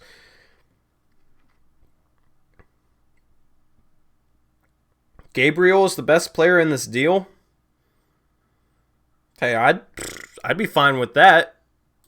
I'd be fine with that. Gabriel is definitely intriguing. I'm interested to see him play. Just quick ask of you guys, if you guys are watching the stream right now. I mean, obviously you are because you're listening to me. That was a stupid thing to say. But anyway, leave a like on this stream. It'll help me out. Just hit that like button if you guys like this stream. Let's see that like counter go up. Tori, can you say the trade again, please? Said Bruce Davis. We're trading Kent Bazemore and Anthony Tolliver for Trevor Ariza, Wenyen Gabriel, Caleb Swanigan. We're also attaching 2 second-round picks to that. So it's Bazemore, Tolliver, 2 second-round picks in 2024 and 2025. And we're bringing in Ariza, Swanigan, and Gabriel. So that is the trade. Thunder also have Gallo out, Nader, Ferguson out, Adams questionable, so it's possible to win. Well, at least it's a even playing field. Buzzkill says this is just the first domino. I sure hope so. I assume it is. C- trade, D+. Yeah, I know a lot of people aren't thrilled about this trade, but life of a Kings fan, man. Yeah, it's tough, man. It's tough, Kyle. You guys need a new front office. But okay, so Gallo, so they're starting front courts out. So I wonder who would the Thunder start then? Solar Money, can you? CJ is out. So you got a starting lineup of Dame, Simons, Hazonia, Carmelo, and Whiteside against a starting lineup of Chris Paul, Gilgeous-Alexander, Nerlens Noel at center. Who are their forwards then? I'm blanking on names. Hamidou Diallo maybe at small forward. The Thunder don't have a ton of depth. No, Danilo's out. Gallinari's out. Ferguson's out. Apparently, let me go back to it. Solar Money Yeet said Thunder have Gallo out, Nader out, Ferguson out, and Adams questionable. So they're pretty banged up at the forward spots. We're going to be playing Horde and Little. Brian Scalabrine says, I'm looking at this Gabriel dude, and his size looks just like Siakam. My goodness. Yeah, Gabriel will probably be our backup center until Scal's back. He is 6'9" with a 7'1" wingspan, 9'1" standing reach. Intriguing prospect. Played at Kentucky. Always touted to have some high upside and like diamond in the rough potential. He has more size than Anthony Tolliver does. I think he has more of a chance as a backup center than Anthony Tolliver did. And he can take guys off the dribble. He just had a 37-point game in the G League. I'm gonna go watch that after the stream. Yeah, that's an intriguing prospect. I don't know what his contract looks like, though. I think it's just a 1-year minimum. Let me search it up right now.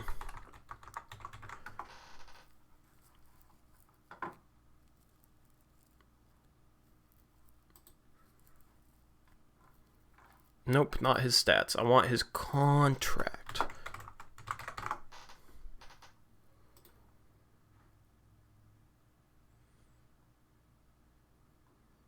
So we can offer him a he'll be a restricted free agent with a qualifying offer of 1.75 $5 million this offseason. I don't think anybody will sign him for more than that unless we like start playing him and he just absolutely goes off. But then, we'd probably try and keep him. I don't know if we have his early bird rights. I don't think we do. We have his non-bird rights. I don't know. It might be tough to keep him if he blows up. But, maybe we'd use the mid-level exception on him if he blew up. I don't know. He is an intriguing prospect, though.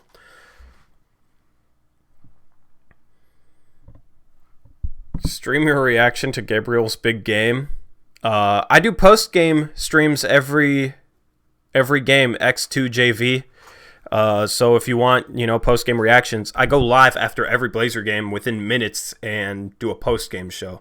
So if Gabriel has a big game, I'll be live on the post-game show with my reaction. We do cover a lot of general NBA stuff here. We're covering the trade deadline. We'll do a trade deadline stream too. On the day of the trade deadline, we're going to do a live stream, just kind of a marathon live stream. So even though if you're not a Blazer fan, this channel still might be for you. Still might have some content you like. Obviously, you're not going to be into it on the... I'm aware of your post-game show. I was talking about the G League game, LOL. I can't post highlights of the G League game, so I can't... I would do that if I could, but I can't. I just thought you might be a Kings fan wanting to see me react once Gabriel has a big NBA game. Is Little our backup center? I'm hoping Moses Brown. Melo stay. If Moses Brown doesn't get called up, who's our backup center though? That's the thing. Is I think he's talking about for this game tonight. Gabriel can shoot the three. I think he's shooting. Let me look up his G League stats again. Obviously, he's just the G League, but same NBA three-point line. He's shooting 46% from the three-point line. He's per game. He's played 7 games. Per game, it's 1.3s made per game and 3.7 attempts per game. Screw it. I'm going to watch his highlights right now and kind of react as I go. You guys won't be able to see it. But I'm just kind of curious to see what this kid looks like right now. Gabriel might be the next Pascal Siakam. Yeah, I'm going to watch his highlights now. Obviously, you can't base too much off of highlights. But I just want to see how he looks. Peyton Pritchard just sent Washington home. Did he hit a buzzer beater? That's the thing. I wanted to pay attention to some college basketball today, and this trade has me shook. Duke is losing to Louisville 19-6. College basketball is crazy this year. I love college basketball. Peyton Pritchard hit a three-point shot. I played against Peyton Pritchard and I outscored him the time I played him. We actually shut him down. I played him in high school. All right, here we go. I'm looking at these Wenyen Gabriel highlights. I'm going to react to them. I can't show the screen, but yeah, dude looks big. Dude has a Siakam-like body. Looks like he has a decent stroke, though. Good form on his stroke. Looks fluid. Yeah, he looks fluid for sure. He looks quick, man. Obviously, he's going against slower G League players, but he looks quick. Oh, that was a nice left-handed pass off the bounce. I'm watching his 37-point highlights. You guys can find it online, but that means you're checking out my stream, so I don't know if I should advertise that, but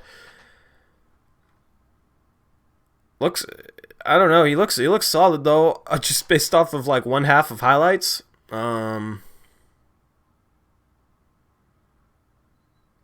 River. Okay, yeah, I like what I see from this kid, guys. Just the fluidity, the ball handling ability. Just shot a 3-point shot off the dribble. Looks like he has a good stroke. Looks decently athletic. Kind of reminds me a little bit of Siakam. Siakam came out of nowhere, so maybe this kid can too. But he looks solid. I would like to see more craft out of his game, because that's the thing that separates Siakam is he's really crafty with his finishes and his spin moves and his footwork. That's why he's as good as he is. But he wasn't that crafty as a rookie, so maybe, develop this kid, see what happens. But yeah, he looks solid, man. He looks solid. Just watch his 37-point game highlights. Maybe we can develop him. That's the hope. Pritchard Clutch.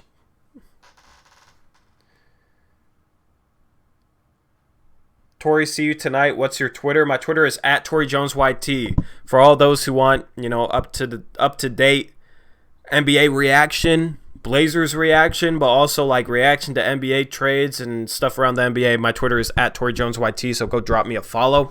I'll be tweeting out like my information about my trade deadline streams because I'm going to be doing trade deadline streams covering the entire NBA. So if you're not a Blazer fan and you're in here watching right now, got some content for you around the trade deadline.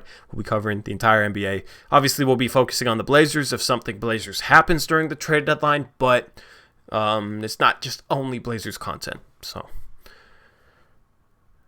how many games do you think we can get out of Ariza before he gets injured? I'm not going to predict an injury. I don't think he's just going to get randomly injured or anything. He is pretty old, but I'll see you tonight, Bruce. If you're in here for the post-game show, I'll catch you later. I hate how hush we are about our injuries. Yeah, that's something that's kind of bothered me too, but a lot of teams are like that. Do you think we will play Gabriel as backup center till Nurk and Scal comes back? I agree. So Kyle, the Kings fan, also wants to trade Buddy Hield. Seems like you hate all your players, man. What about trading Ariza next year? I don't think he'll be on the team next year. I think we decide to cut him. He's only $1.1 or $1.8 million guaranteed next season if we cut him before next season. So I don't think we'd want to pay him $13 million. So I don't think this was a trade made for next season, but I don't think they're going to trade CJ. Do I like this pickup? It saves money, so I don't really care about that. But obviously that was a factor in this trade. So I do like that we created a trade a player exception. I do like that we saved some money for ownership. Didn't like the part about giving two second-round picks. I don't think we really have a chance to make much noise this season, so I don't know. Ariza is better than Bazemore, but it's not something that has me like super excited or anything. Just kind of like meh trade. We getting Love, tell ya? No. I don't think we're getting Kevin Love, man. We're not going to lock ourselves into a roster with Kevin Love without the ability to upgrade it further because that roster is not winning a championship, has no chance to. Biggie might bring some chemistry back in the room. I don't think so. Are we rebuilding? This wasn't a rebuilding move. This was a money-saving move. We got the best player in the trade, in my opinion, which is Ariza. Ariza's, I think, just an overall, all-around better player than Bazemore. Nurkic will bring back the chemistry. I mean, Nurkic is already in the locker room, though. He's already, on road trips and stuff, so I don't think it's a chemistry problem. People, that's the thing. Whenever you have any sort of new players and the team's struggling, it's always a chemistry problem.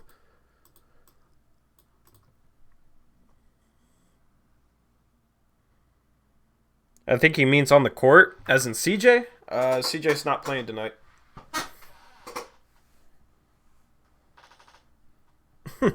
Kyle's frustrated with the Kings, man. As a Kings fan, I don't blame him. Dude, the Kings passed up Luka in the draft because the Kings GM hated Luka's dad. That's absolutely ridiculous, man. You guys should have Luka. You guys would be a playoff team with Luka. We want Nurkic? What do you mean you want Nurkic?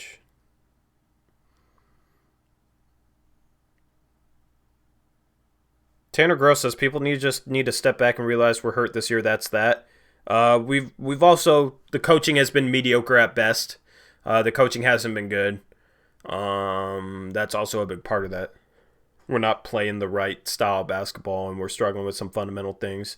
So I don't think it's just injuries. Nurkic and Hassan would be decent on the court, but our defense has been bad, man. I don't think we should keep Hassan Whiteside, guys. I've been saying this the whole year. I've been saying this since we acquired him. He's a stopgap. You can't play him with Nurkic. I see some people saying, "Oh, play Nurkic and Whiteside together," but you can't play him with Nurkic unless you really want the team to suffer, because the spacing is going to suffer a ton, and neither one of those guys you want defending the perimeter. It basically just bogs things up offensively, and then it creates a mismatch on defense for the other team. So you can't play them together. So you're talking about 24 minutes per game for both. I'd rather play Nurkic 30 minutes per game. Maybe you can't play 30 minutes per game this year, but maybe next year. You know what I mean? I'm not that worried about this year. I don't think Hassan Whiteside will want to come back and be a backup center. So I don't think he's going to re-sign if we just let him expire. So we need to trade Hassan Whiteside. We need to get something for Hassan Whiteside. Preferably somebody on a 2-year contract so we can have an expiring contract next season to trade. Maybe a Gorgie Jang and Covington. Maybe Whiteside and a pick for Gorgie Jang and Covington. Because right now, if we end up cutting Ariza and we end up letting Whiteside walk or whatever, what contracts do we have to match salary next season other than Dame, CJ, Nurkic? Think about this, guys. Think about this. For the people that don't watch me that often, just think about this. Let's say a star player comes available next season and we have the picks to trade out for him, maybe a prospect or something, and we could make a deal for them. You know, who knows who it is, but we could make a major upgrade and really help our team, right? Say they're making like $30 million, right? So we'd have to trade out $24 million to bring them in.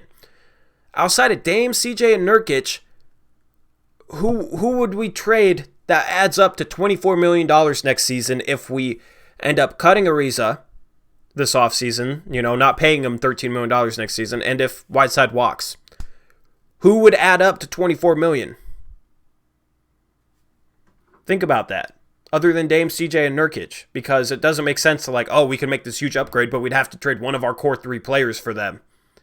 You know what I mean? We'd want to add that upgrade to our core 3 players, and that's what would really take us to the next step. That's what we'd need. But if we don't have sizable salary outside of any of those guys, our next closest guaranteed salary for next season is Rodney Hood if he accepts his player option. That's only $6 million. Or Zach Collins, $4 million. That's not going to add up to $24 million. If we cut Ariza, which I think we'll do, because why would we pay him $13 million instead of $1, to be off the team?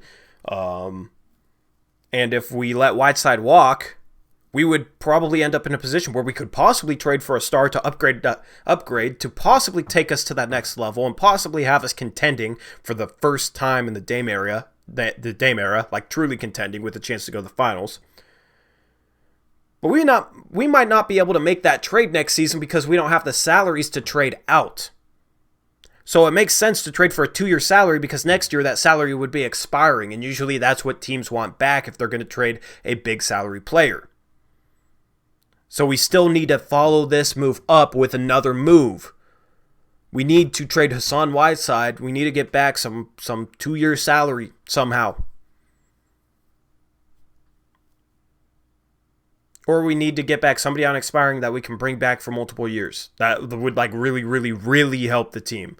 But I don't really know if there's anybody out there that's worth bringing back. Or that's worth, I don't know if, I wouldn't trade Whiteside for Gallinari. Because, yeah, you bring him back, but he'd want a multi-year contract, and then is a team trading a big-name star going to really want Danilo Gallinari's multi-year contract back next season? No, they'd want an expiring. So, maybe you could trade him to a third team who would trade an expiring to that team. I don't know. You could maybe work something out around that, but they need to follow this Whiteside move up with another move for the reasons I've stated, for the reasoning of I don't think Whiteside will want to come back, for the reasons that Whiteside can't fit next to Nurk. You know what I mean? There's literally so many reasons to trade us on Whiteside. Honestly, if we trade a Whiteside for somebody worse than him, but at a forward position, it would probably still make us better because we need help at the forward positions. And I'd rather pay, Gallinari I think is a little bit worse of a player than Whiteside, but I'd rather play Nurkic 30 minutes per game and Gallinari 30 minutes per game, then Nurkic 24 minutes per game and Whiteside 24 minutes per game. Think about that. Because Whiteside and Nurkic can only play center. They can only play, they can't play together. There's 48 minutes in a game. So at the center position, there's only 24 minutes a game each for them. So they could only play, Nurkic 24 minutes per game, Whiteside 24 minutes per game. I'd rather have Nurkic playing 30 and somebody like Gallinari playing 30. If we're just talking about purely focusing on this season and being better this season. I'm not saying we should trade Whiteside for Gallinari or something like that. I'm just saying, just looking at this season. It makes sense to trade him for a forward, even if that forward is worse, because you could play that forward more minutes and you could play Nurkic more minutes. I don't think the Thunder will trade Gallinari, though, so that's not like a realistic trade suggestion or anything. That was just a hypothetical, just looking at the type of possible deal, Maybe it's Whiteside for Otto Porter Jr., who's worse than Whiteside, hasn't been healthy this year, but would be a great fit here. Would actually maybe be better for our team than Whiteside is. But you could also play him 30-some minutes per game and Nurkic 30-some minutes per game.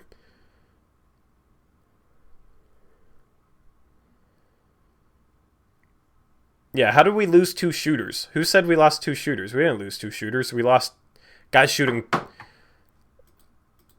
under 33% from the 3-point line. Bazemore shooting 32.7%. Tolliver shooting, he's shooting 33.7%. We got a guy shooting 35.2%.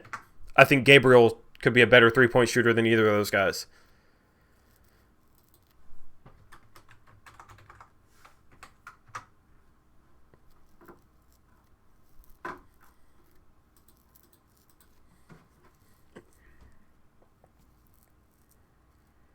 Flo says, not going to lie, this year I'm realizing how important Curry off the bench was last year. I was high on Curry all year last year. I think Simons next year might be as good as Curry is now, at least. But this is just kind of like the second year, the developmental year. It's kind of like Simon's rookie year if you really think about it. But yeah, Curry's nice, man. Chief and Blazers says we can't have multiple people on the team shooting under 40% field goal percentage and give them regular minutes. Don't focus too heavily on field goal percentage, right? If somebody only shoots threes and shoots 39% from 3, that's efficient. That's a good 3-point percentage. But if they only shoot threes, their field goal percentage is also only going to be 39%. So it's basically 2-point percentage plus 3-point percentage. That's why I use true shooting percentage. Because it accounts for that, right? I'd rather have somebody shoot 10 threes shooting 40% from the 3-point line and 40% from the field than I'd rather have that than somebody shooting 10 2-point shots and shooting 50% from 2 and 50% from the field. Because those 10 2-point shots is going to get you 20 points. Or no, those 10 2-point shots shooting 50% is going to get you 10 points. Those 10 3-point shots at 40% is going to give you 12 points. Even though the field goal percentage would be 40% instead of 50%. Hopefully that math made sense. Hopefully I explained that well. That's why you got to look at like either true shooting percentage or 3-point percentage and 2-point percentage. Trevor Ariza is shooting 49% from 2. He's shooting 35% from 3. The majority of Trevor Ariza's shots are 3-point shots. Per game, he shoots 3.8 3-point shots and 1.3 2-point shots. So that's why his field goal percentage is 39%, but he's not an inefficient player. His field goal percentage just looks worse because he doesn't really shoot 2-point shots. He hasn't shot 2-point shots this year.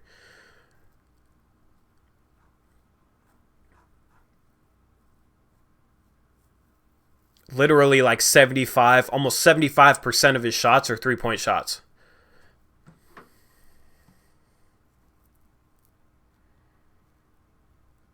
Imagine if Nurk developed 3-point shooting while he was injured. That'd be awesome. That'd be dope. I'd be down for that.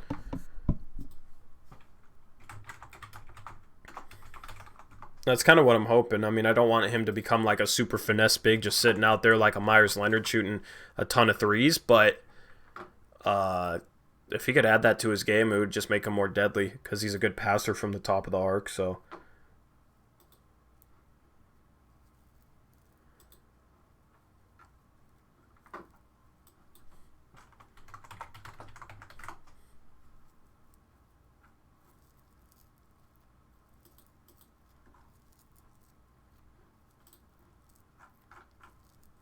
Just weird Trevor Ariza is going to be in a Blazer uniform, man. We need rebounds and defense.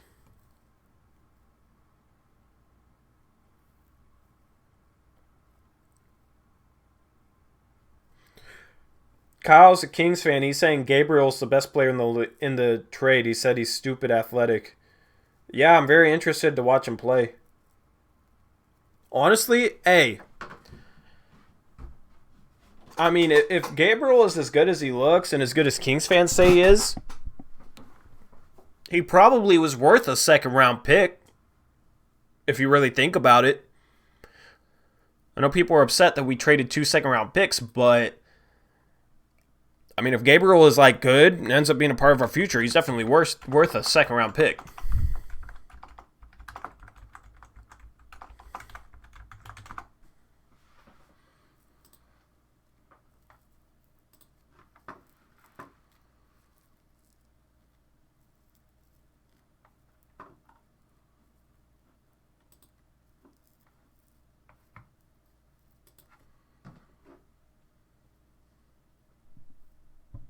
We only gave up 1 second-round pick? No, we gave up 2. 2024 and 2025. Unless Wojnarowski lied and you're right.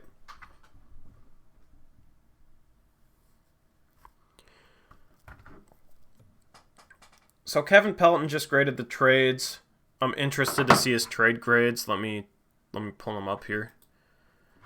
Let's see what Kevin Pelton graded our deal.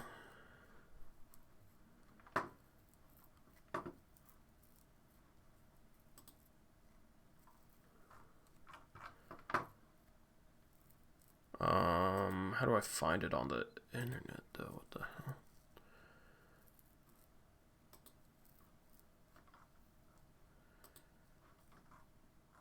All right, here we go. He graded us an A-.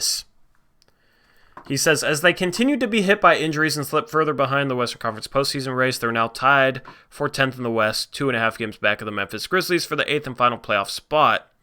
Blazers continue to own the NBA's highest payroll, an untenable situation. This trade enables the Blazers to cut their luxury tax bill in half while simultaneously improving in terms of their ability to compete this season and future flexibility.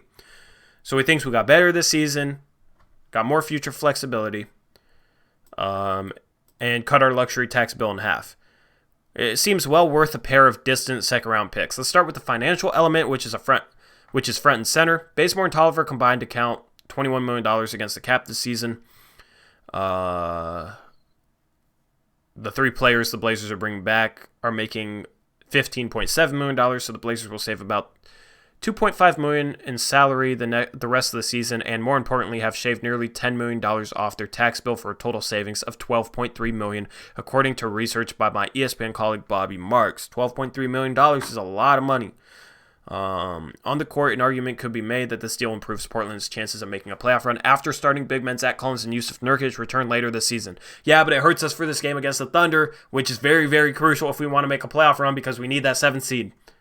So, though he remains a quality defender, Bazemore's shooting has been a disappointment for the Blazers. That's an understatement. He has hit just 33% of his threes and a career low 37% inside the arc for a dismal 47.5 true shooting percentage. Ariza, in comparison, has a 54.3% true shooting percentage compared to Bazemore's 47.5%. And Ariza is a 35% three-point shooter. Bazemore's 33%. So Ariza's just a far more efficient player, and he's not out of control. He's just a smarter player than Bazemore. Might be a better defender too. I thought Bazemore's defense was overrated. With Tolliver headed to Sacramento and backup center Scalabissiere also out for another 2 to 3 weeks due to a knee injury, it's also possible that Caleb Swanigan could get some rotation minutes. The Blazers originally drafted Swanigan in the 2017 first round before sending him to the Kings for Labissiere at last year's deadline. He's also played sparingly in Sacramento. He's only played 7 games for the Kings this year, so Swanigan's barely played for them. He honestly looks more out of shape than he ever did in Portland, probably because he isn't playing. Perhaps more interesting than what this deal means for Portland over the next 3 months is how it gives the Blazers more options going forward. In Bazemore and center Hassan Whiteside, Portland had nearly $47 million in expiring salaries. Because of their tax situation, They wouldn't have wanted to keep all that money on their books next year, but turning Bazemore and or Whiteside into players with smaller salaries under contract gave the Blazers more spending power for 2020 and 2021 than letting both deals expire. That doesn't make a ton of sense to me, but...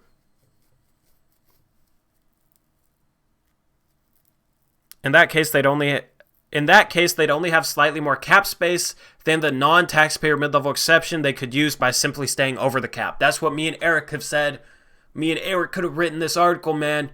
We know the cap as well as these ESPN guys, I'm telling you.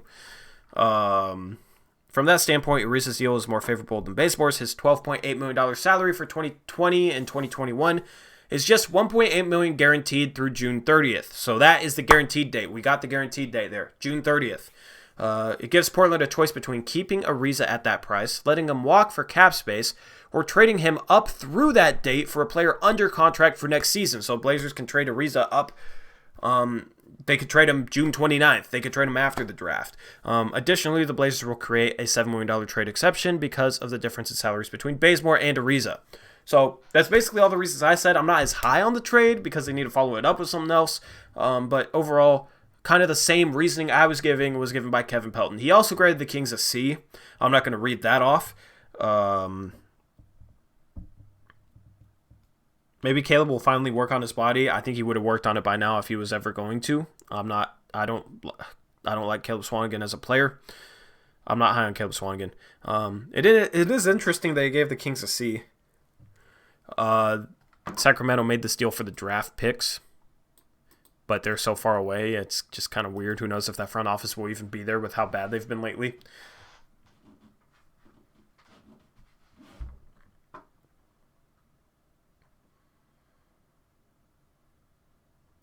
I mean, maybe with Ariza, Portland will be better, and with how they've been playing lately, maybe they'll be able to beat some tough teams in this upcoming stretch. I don't know. I mean, dude, this Thunder game tonight is so big, and we're going to be having Jalen Horde and Nasir Little playing 30-plus minutes per game, but they're also kind of hurt. I mean, we also have Damian Lillard, who will be the best player on the court. And we'll also have Hassan Whiteside. And Melo could have a big game going back to OKC. Maybe we can win this game tonight. Maybe the Portland Trailblazers can beat the Thunder tonight, get 4.5 games back of the 7th seed, get the tiebreaker. Then they come home against the Warriors. They might not have those players then, but the Warriors, they should beat them at home. CJ sounds like he's kind of day-to-day, so get CJ back, put Trevor Ariza in there, be a little bit better. Who knows what we trade Whiteside for, but you get Nurkic back. I mean, 7th seed isn't out of the picture. But, like, this game is so important tonight. And it's going to be so weird to watch such an important game for this season when we're going to have Jalen Horde and Nasir Little playing 30 minutes. And Mario Hezonja starting. And Anthony Simon's going to play, like, 36, 37 minutes. We don't have a backup guard, do we?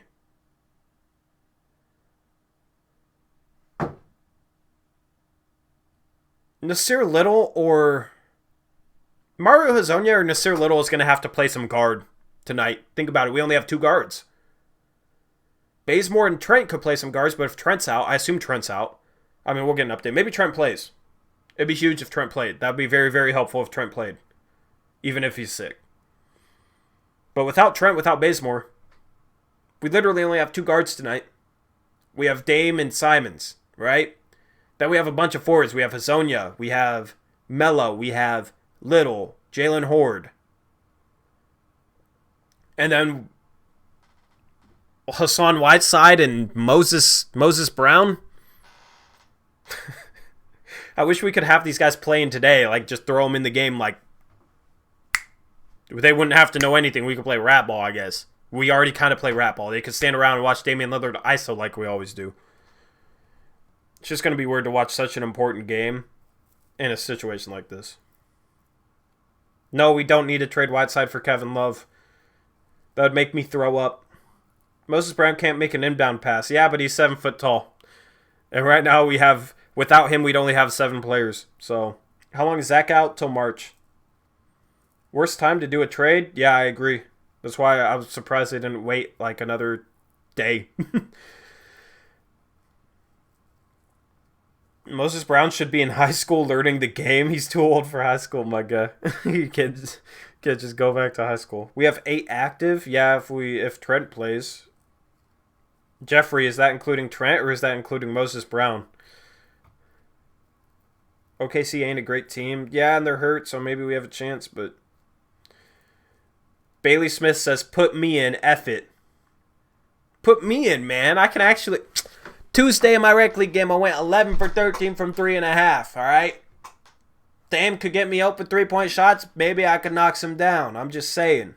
6'5", 6'4", 6'5", could play some guard. Know how to play. 10-day contract for your boy, Olshey. Right here. 10-day contract. Let's go. Let's run it. I'll freaking put me on a private jet. I'll get to OKC by maybe 6 p.m. Drive to the arena. Be on the bench by the end of the first quarter. Sub me in to start the second. I'll do it. Then I'll fly home with the team, hop on a post-game show. I'll do a post-game show on the plane. That'd be dope. I'll do it in the bathroom or something. Except with how many players we have sick, probably wouldn't want to be in that bathroom.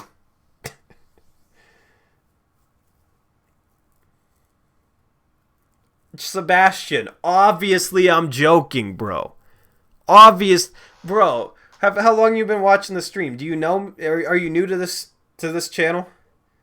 Are you new to this channel, man? If you're new to this channel, then I'll give you a pass. But obviously, Rec League is not the NBA. Obviously, come on, man. Yeah, I'm trolling. Okay. Because people actually be like that. I'll joke about like, dude, I just dunked in my Rec League game. Put me in the NBA. Put me on the Trailblazers. They need bodies. I'll be a body. People are like, bro, Rec League, obviously, that's not the NBA, man. Idiot. Think of the Rec League's the NBA. People actually give me that type of response, and I'm just like, all right, never gonna make a joke for the rest of my life.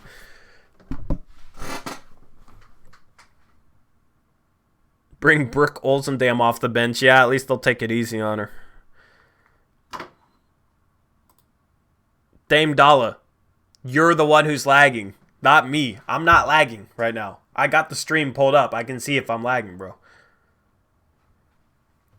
Every time Dame Dalla's stream lags, he just says it, lag. Sometimes your stream might lag, and it might not be me, bro, because I'm not lagging. My internet's perfect today. Your live stream is like 3-minute delay? Shouldn't be a 3-minute delay. I have my stream up, so I'm going to count how many... No, for me it's a 2-second delay, so fast forward your stream. Watch. Wave. 1, 2, 3. Okay, 3-second delay. No, I swear, I went 11 for 13 in Rec League, though, man. Hit some step backs. Hit some pull-up Dame-type threes off the dribble from NBA range. I'm not lying to y'all. I can shoot. Also, that was much better than I've shot in the past year at any time. Like, that was insane. But, bro, I'm going to pull up on you. All right, Bailey, let's see it, man. Pulled up on a 6'4", 6'5" guy who can dunk and who can hit shots off the dribble and who can handle the ball. Let's see it. You better be ready for that. Floaters from 3. Oh, I'd love to see that. You should have a fan meetup at the Moda Center someday. I'll have pickup basketball games in the spring that you guys can come play in if you want. We'll do it at like parks around Portland. I'm 6'3", I don't care. Yeah, you're smaller than me, bro. Why did we trade? Explain. Explain the trade. Bro, all I've been doing is explaining the trade. For the last 2 hours, I've been explaining the trade. Damn, I've been live for 2 hours? This is insane. I didn't realize I was live for 2 hours already. I came late. You can rewind it. Dame Dalla. Nobody's making a burner off you. It's literally Damian Lillard's rap name is Dame Dalla. Tori, you got better from the Les Schwab tourney? I think so. I also didn't really have much freedom. I was kind of just like a hustle guy in Les Schwab. I was kind of like not utilized like as much as I could have been because we had a really talented team and like an old school coach. So I didn't get any plays ran for me, but I still averaged like 9, 10 a game. But I've gotten better. I think I've gotten smarter. I've gotten a lot stronger too. You should do parks in Vancouver. I live in Vancouver, so maybe I'll do that. Just most of the people I play with live in Portland. Tori, when in spring you hooping? I'll be in town April 1 to 4, then back to Germany. I'm down to play. I mean, I'll figure it out. I mean, it'll just be weekends. So it's kind of up in the air. Tank for Wiseman? No, not tank for Wiseman. We're dropping games for topping gains. Obi topping. That's the goal there.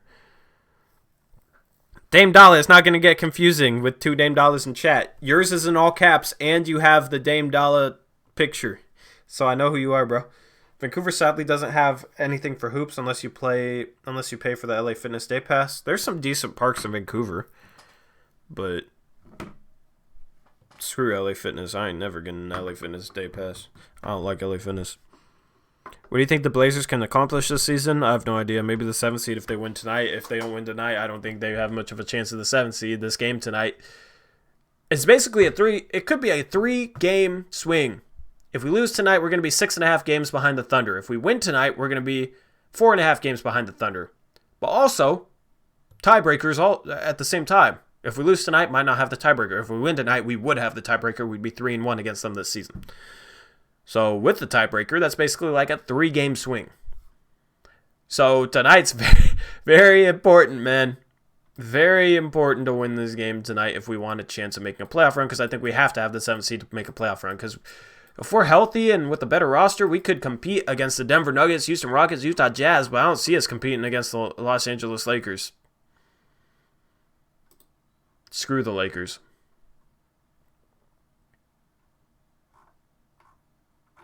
Got a lot of games tonight. Clippers only beat the Pelicans by 3. You got the Bucks playing the Nets right now. We tip off at 6. Are we going to win this game? I mean, I don't even know who we have for this game. Like,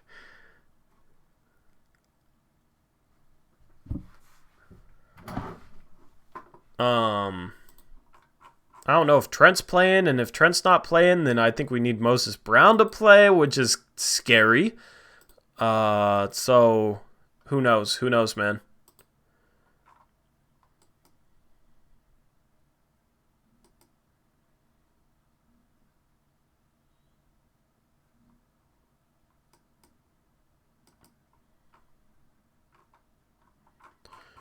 Let me search for Trent though. Let me search for Trent. If you guys have any updates on Gary Trent, actually just let me know. Just let me know.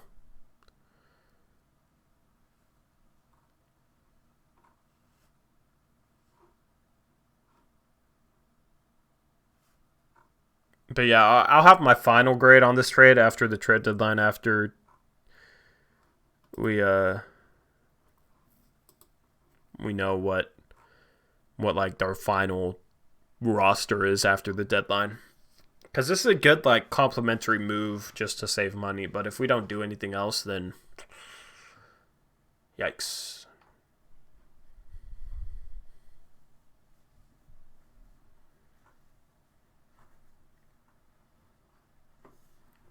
I do feel kind of bad for Kent Bazemore though, man.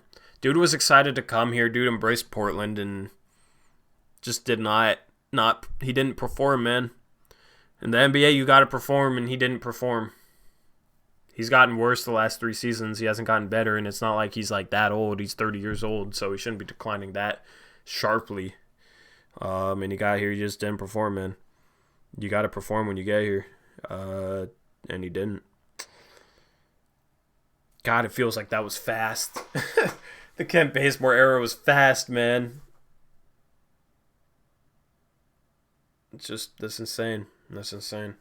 So yeah, anybody new in here, leave a like on the video. Subscribe if you're not already subscribed.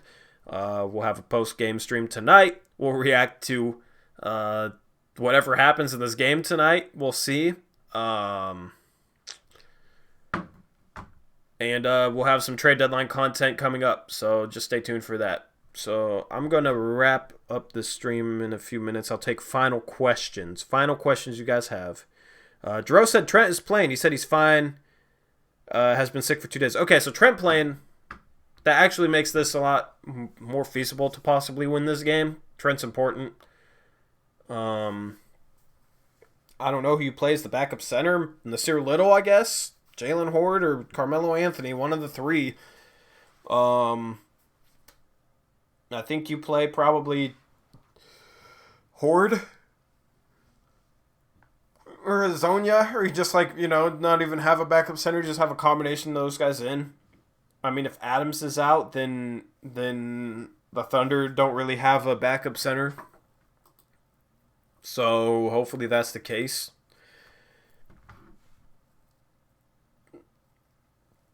Tori, what's wrong with Swanigan? I never got to see him play on the Blazers. He's just not good. He's just super, super slow. Gabriel or Swanigan? Gabriel 10 times over. Gabriel has a chance to actually be something in this league. Swanigan has no chance. Swanigan's just too slow and out of shape and fat and yeah. Nah, man, the trade about Gabriel, it's part of the GM secret weapon. Tori, answer my question. Do you think we'd waive Swanigan, give Horde contract, and sign Wenyen to the G League? I don't think we'd waive Swanigan. I don't know. It's hard to see. I'm not fat shaming him, but if you're in the NBA and you're out of shape and you have a high body fat percentage, it's going to hurt your success in the NBA. You're a professional athlete. I'm not fat shaming. I'm evaluating it from the standpoint of him being a professional athlete. You all like the stream or I will delete your 2K account. Is that how I'm supposed to get likes, Minitooth? Do I have to threaten that I'll delete their Fortnite account or something? The Mr. Beast way? At this point, Swanigan is a tall human for us, which we sadly need. Swanigan is only 6'8", and he jumps like 3 inches off the ground. So I'd rather have Gabriel is more of a backup big than Swanigan is. I'm more excited. I'm excited to see Gabriel play.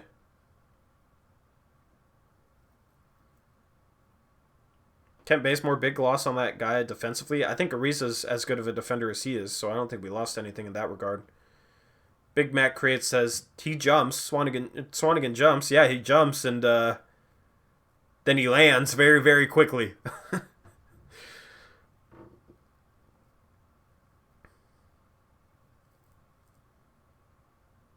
Do I think Nurkic thinks he's better than Hassan? I think Nurkic is better than Hassan, so take it easy, Tori. See ya after the game. Yeah, we should have Eric Kleiser on the post-game show.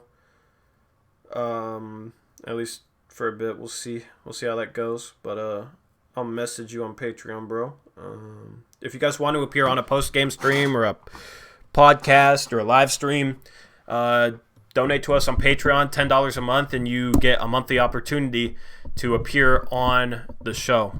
So it helps us out. Not only does it help us out, but you can also have the opportunity to come on a show with me, come on a podcast with me, a post-game live stream, something like that. So if you're interested in that, Patreon link is in the description below.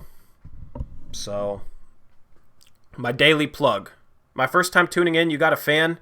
What's up, Flo? Appreciate you tuning in, bro. Hopefully you enjoyed this. Are you a Blazer fan, Flo, or are you a fan of someone else, like some other team? Dame Dollar says, have you watched Gabriel highlights? That man's going crazy. Yeah, that dude looks like he has some Siakam in him. He looks interesting. Diehard Blazer fan. That's awesome, man. I always like to bring in new Blazer fans to the channel. So glad you found us. We'll do a post-game live stream tonight, podcast on Monday, post-game live stream on Monday. We'll have a couple videos coming out this weekend probably.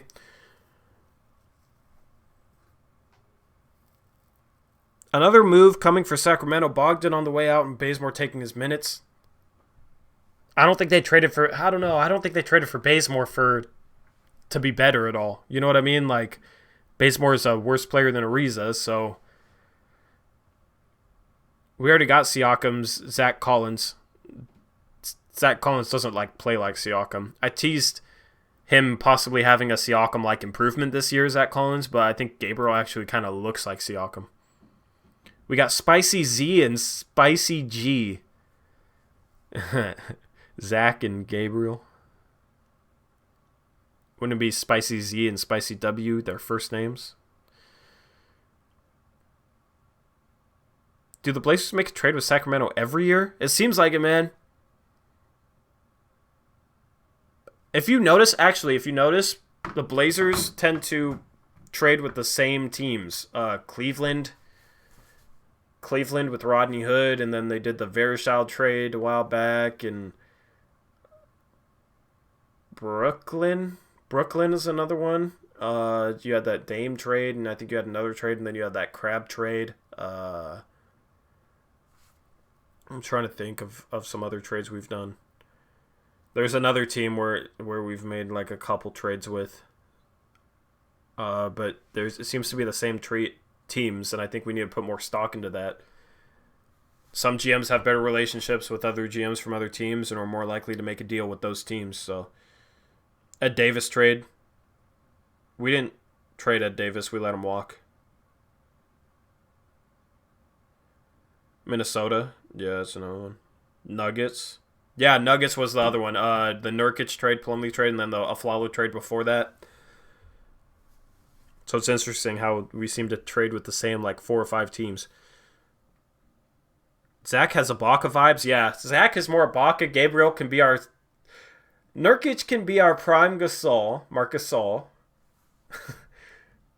Gabriel can be our prime Siakam. Zach Collins can be our prime Ibaka. Obviously, I'm kidding. That'd be awesome, but... No, Festus Ezeli never played in a single game for us. Neither did Pau Gasol.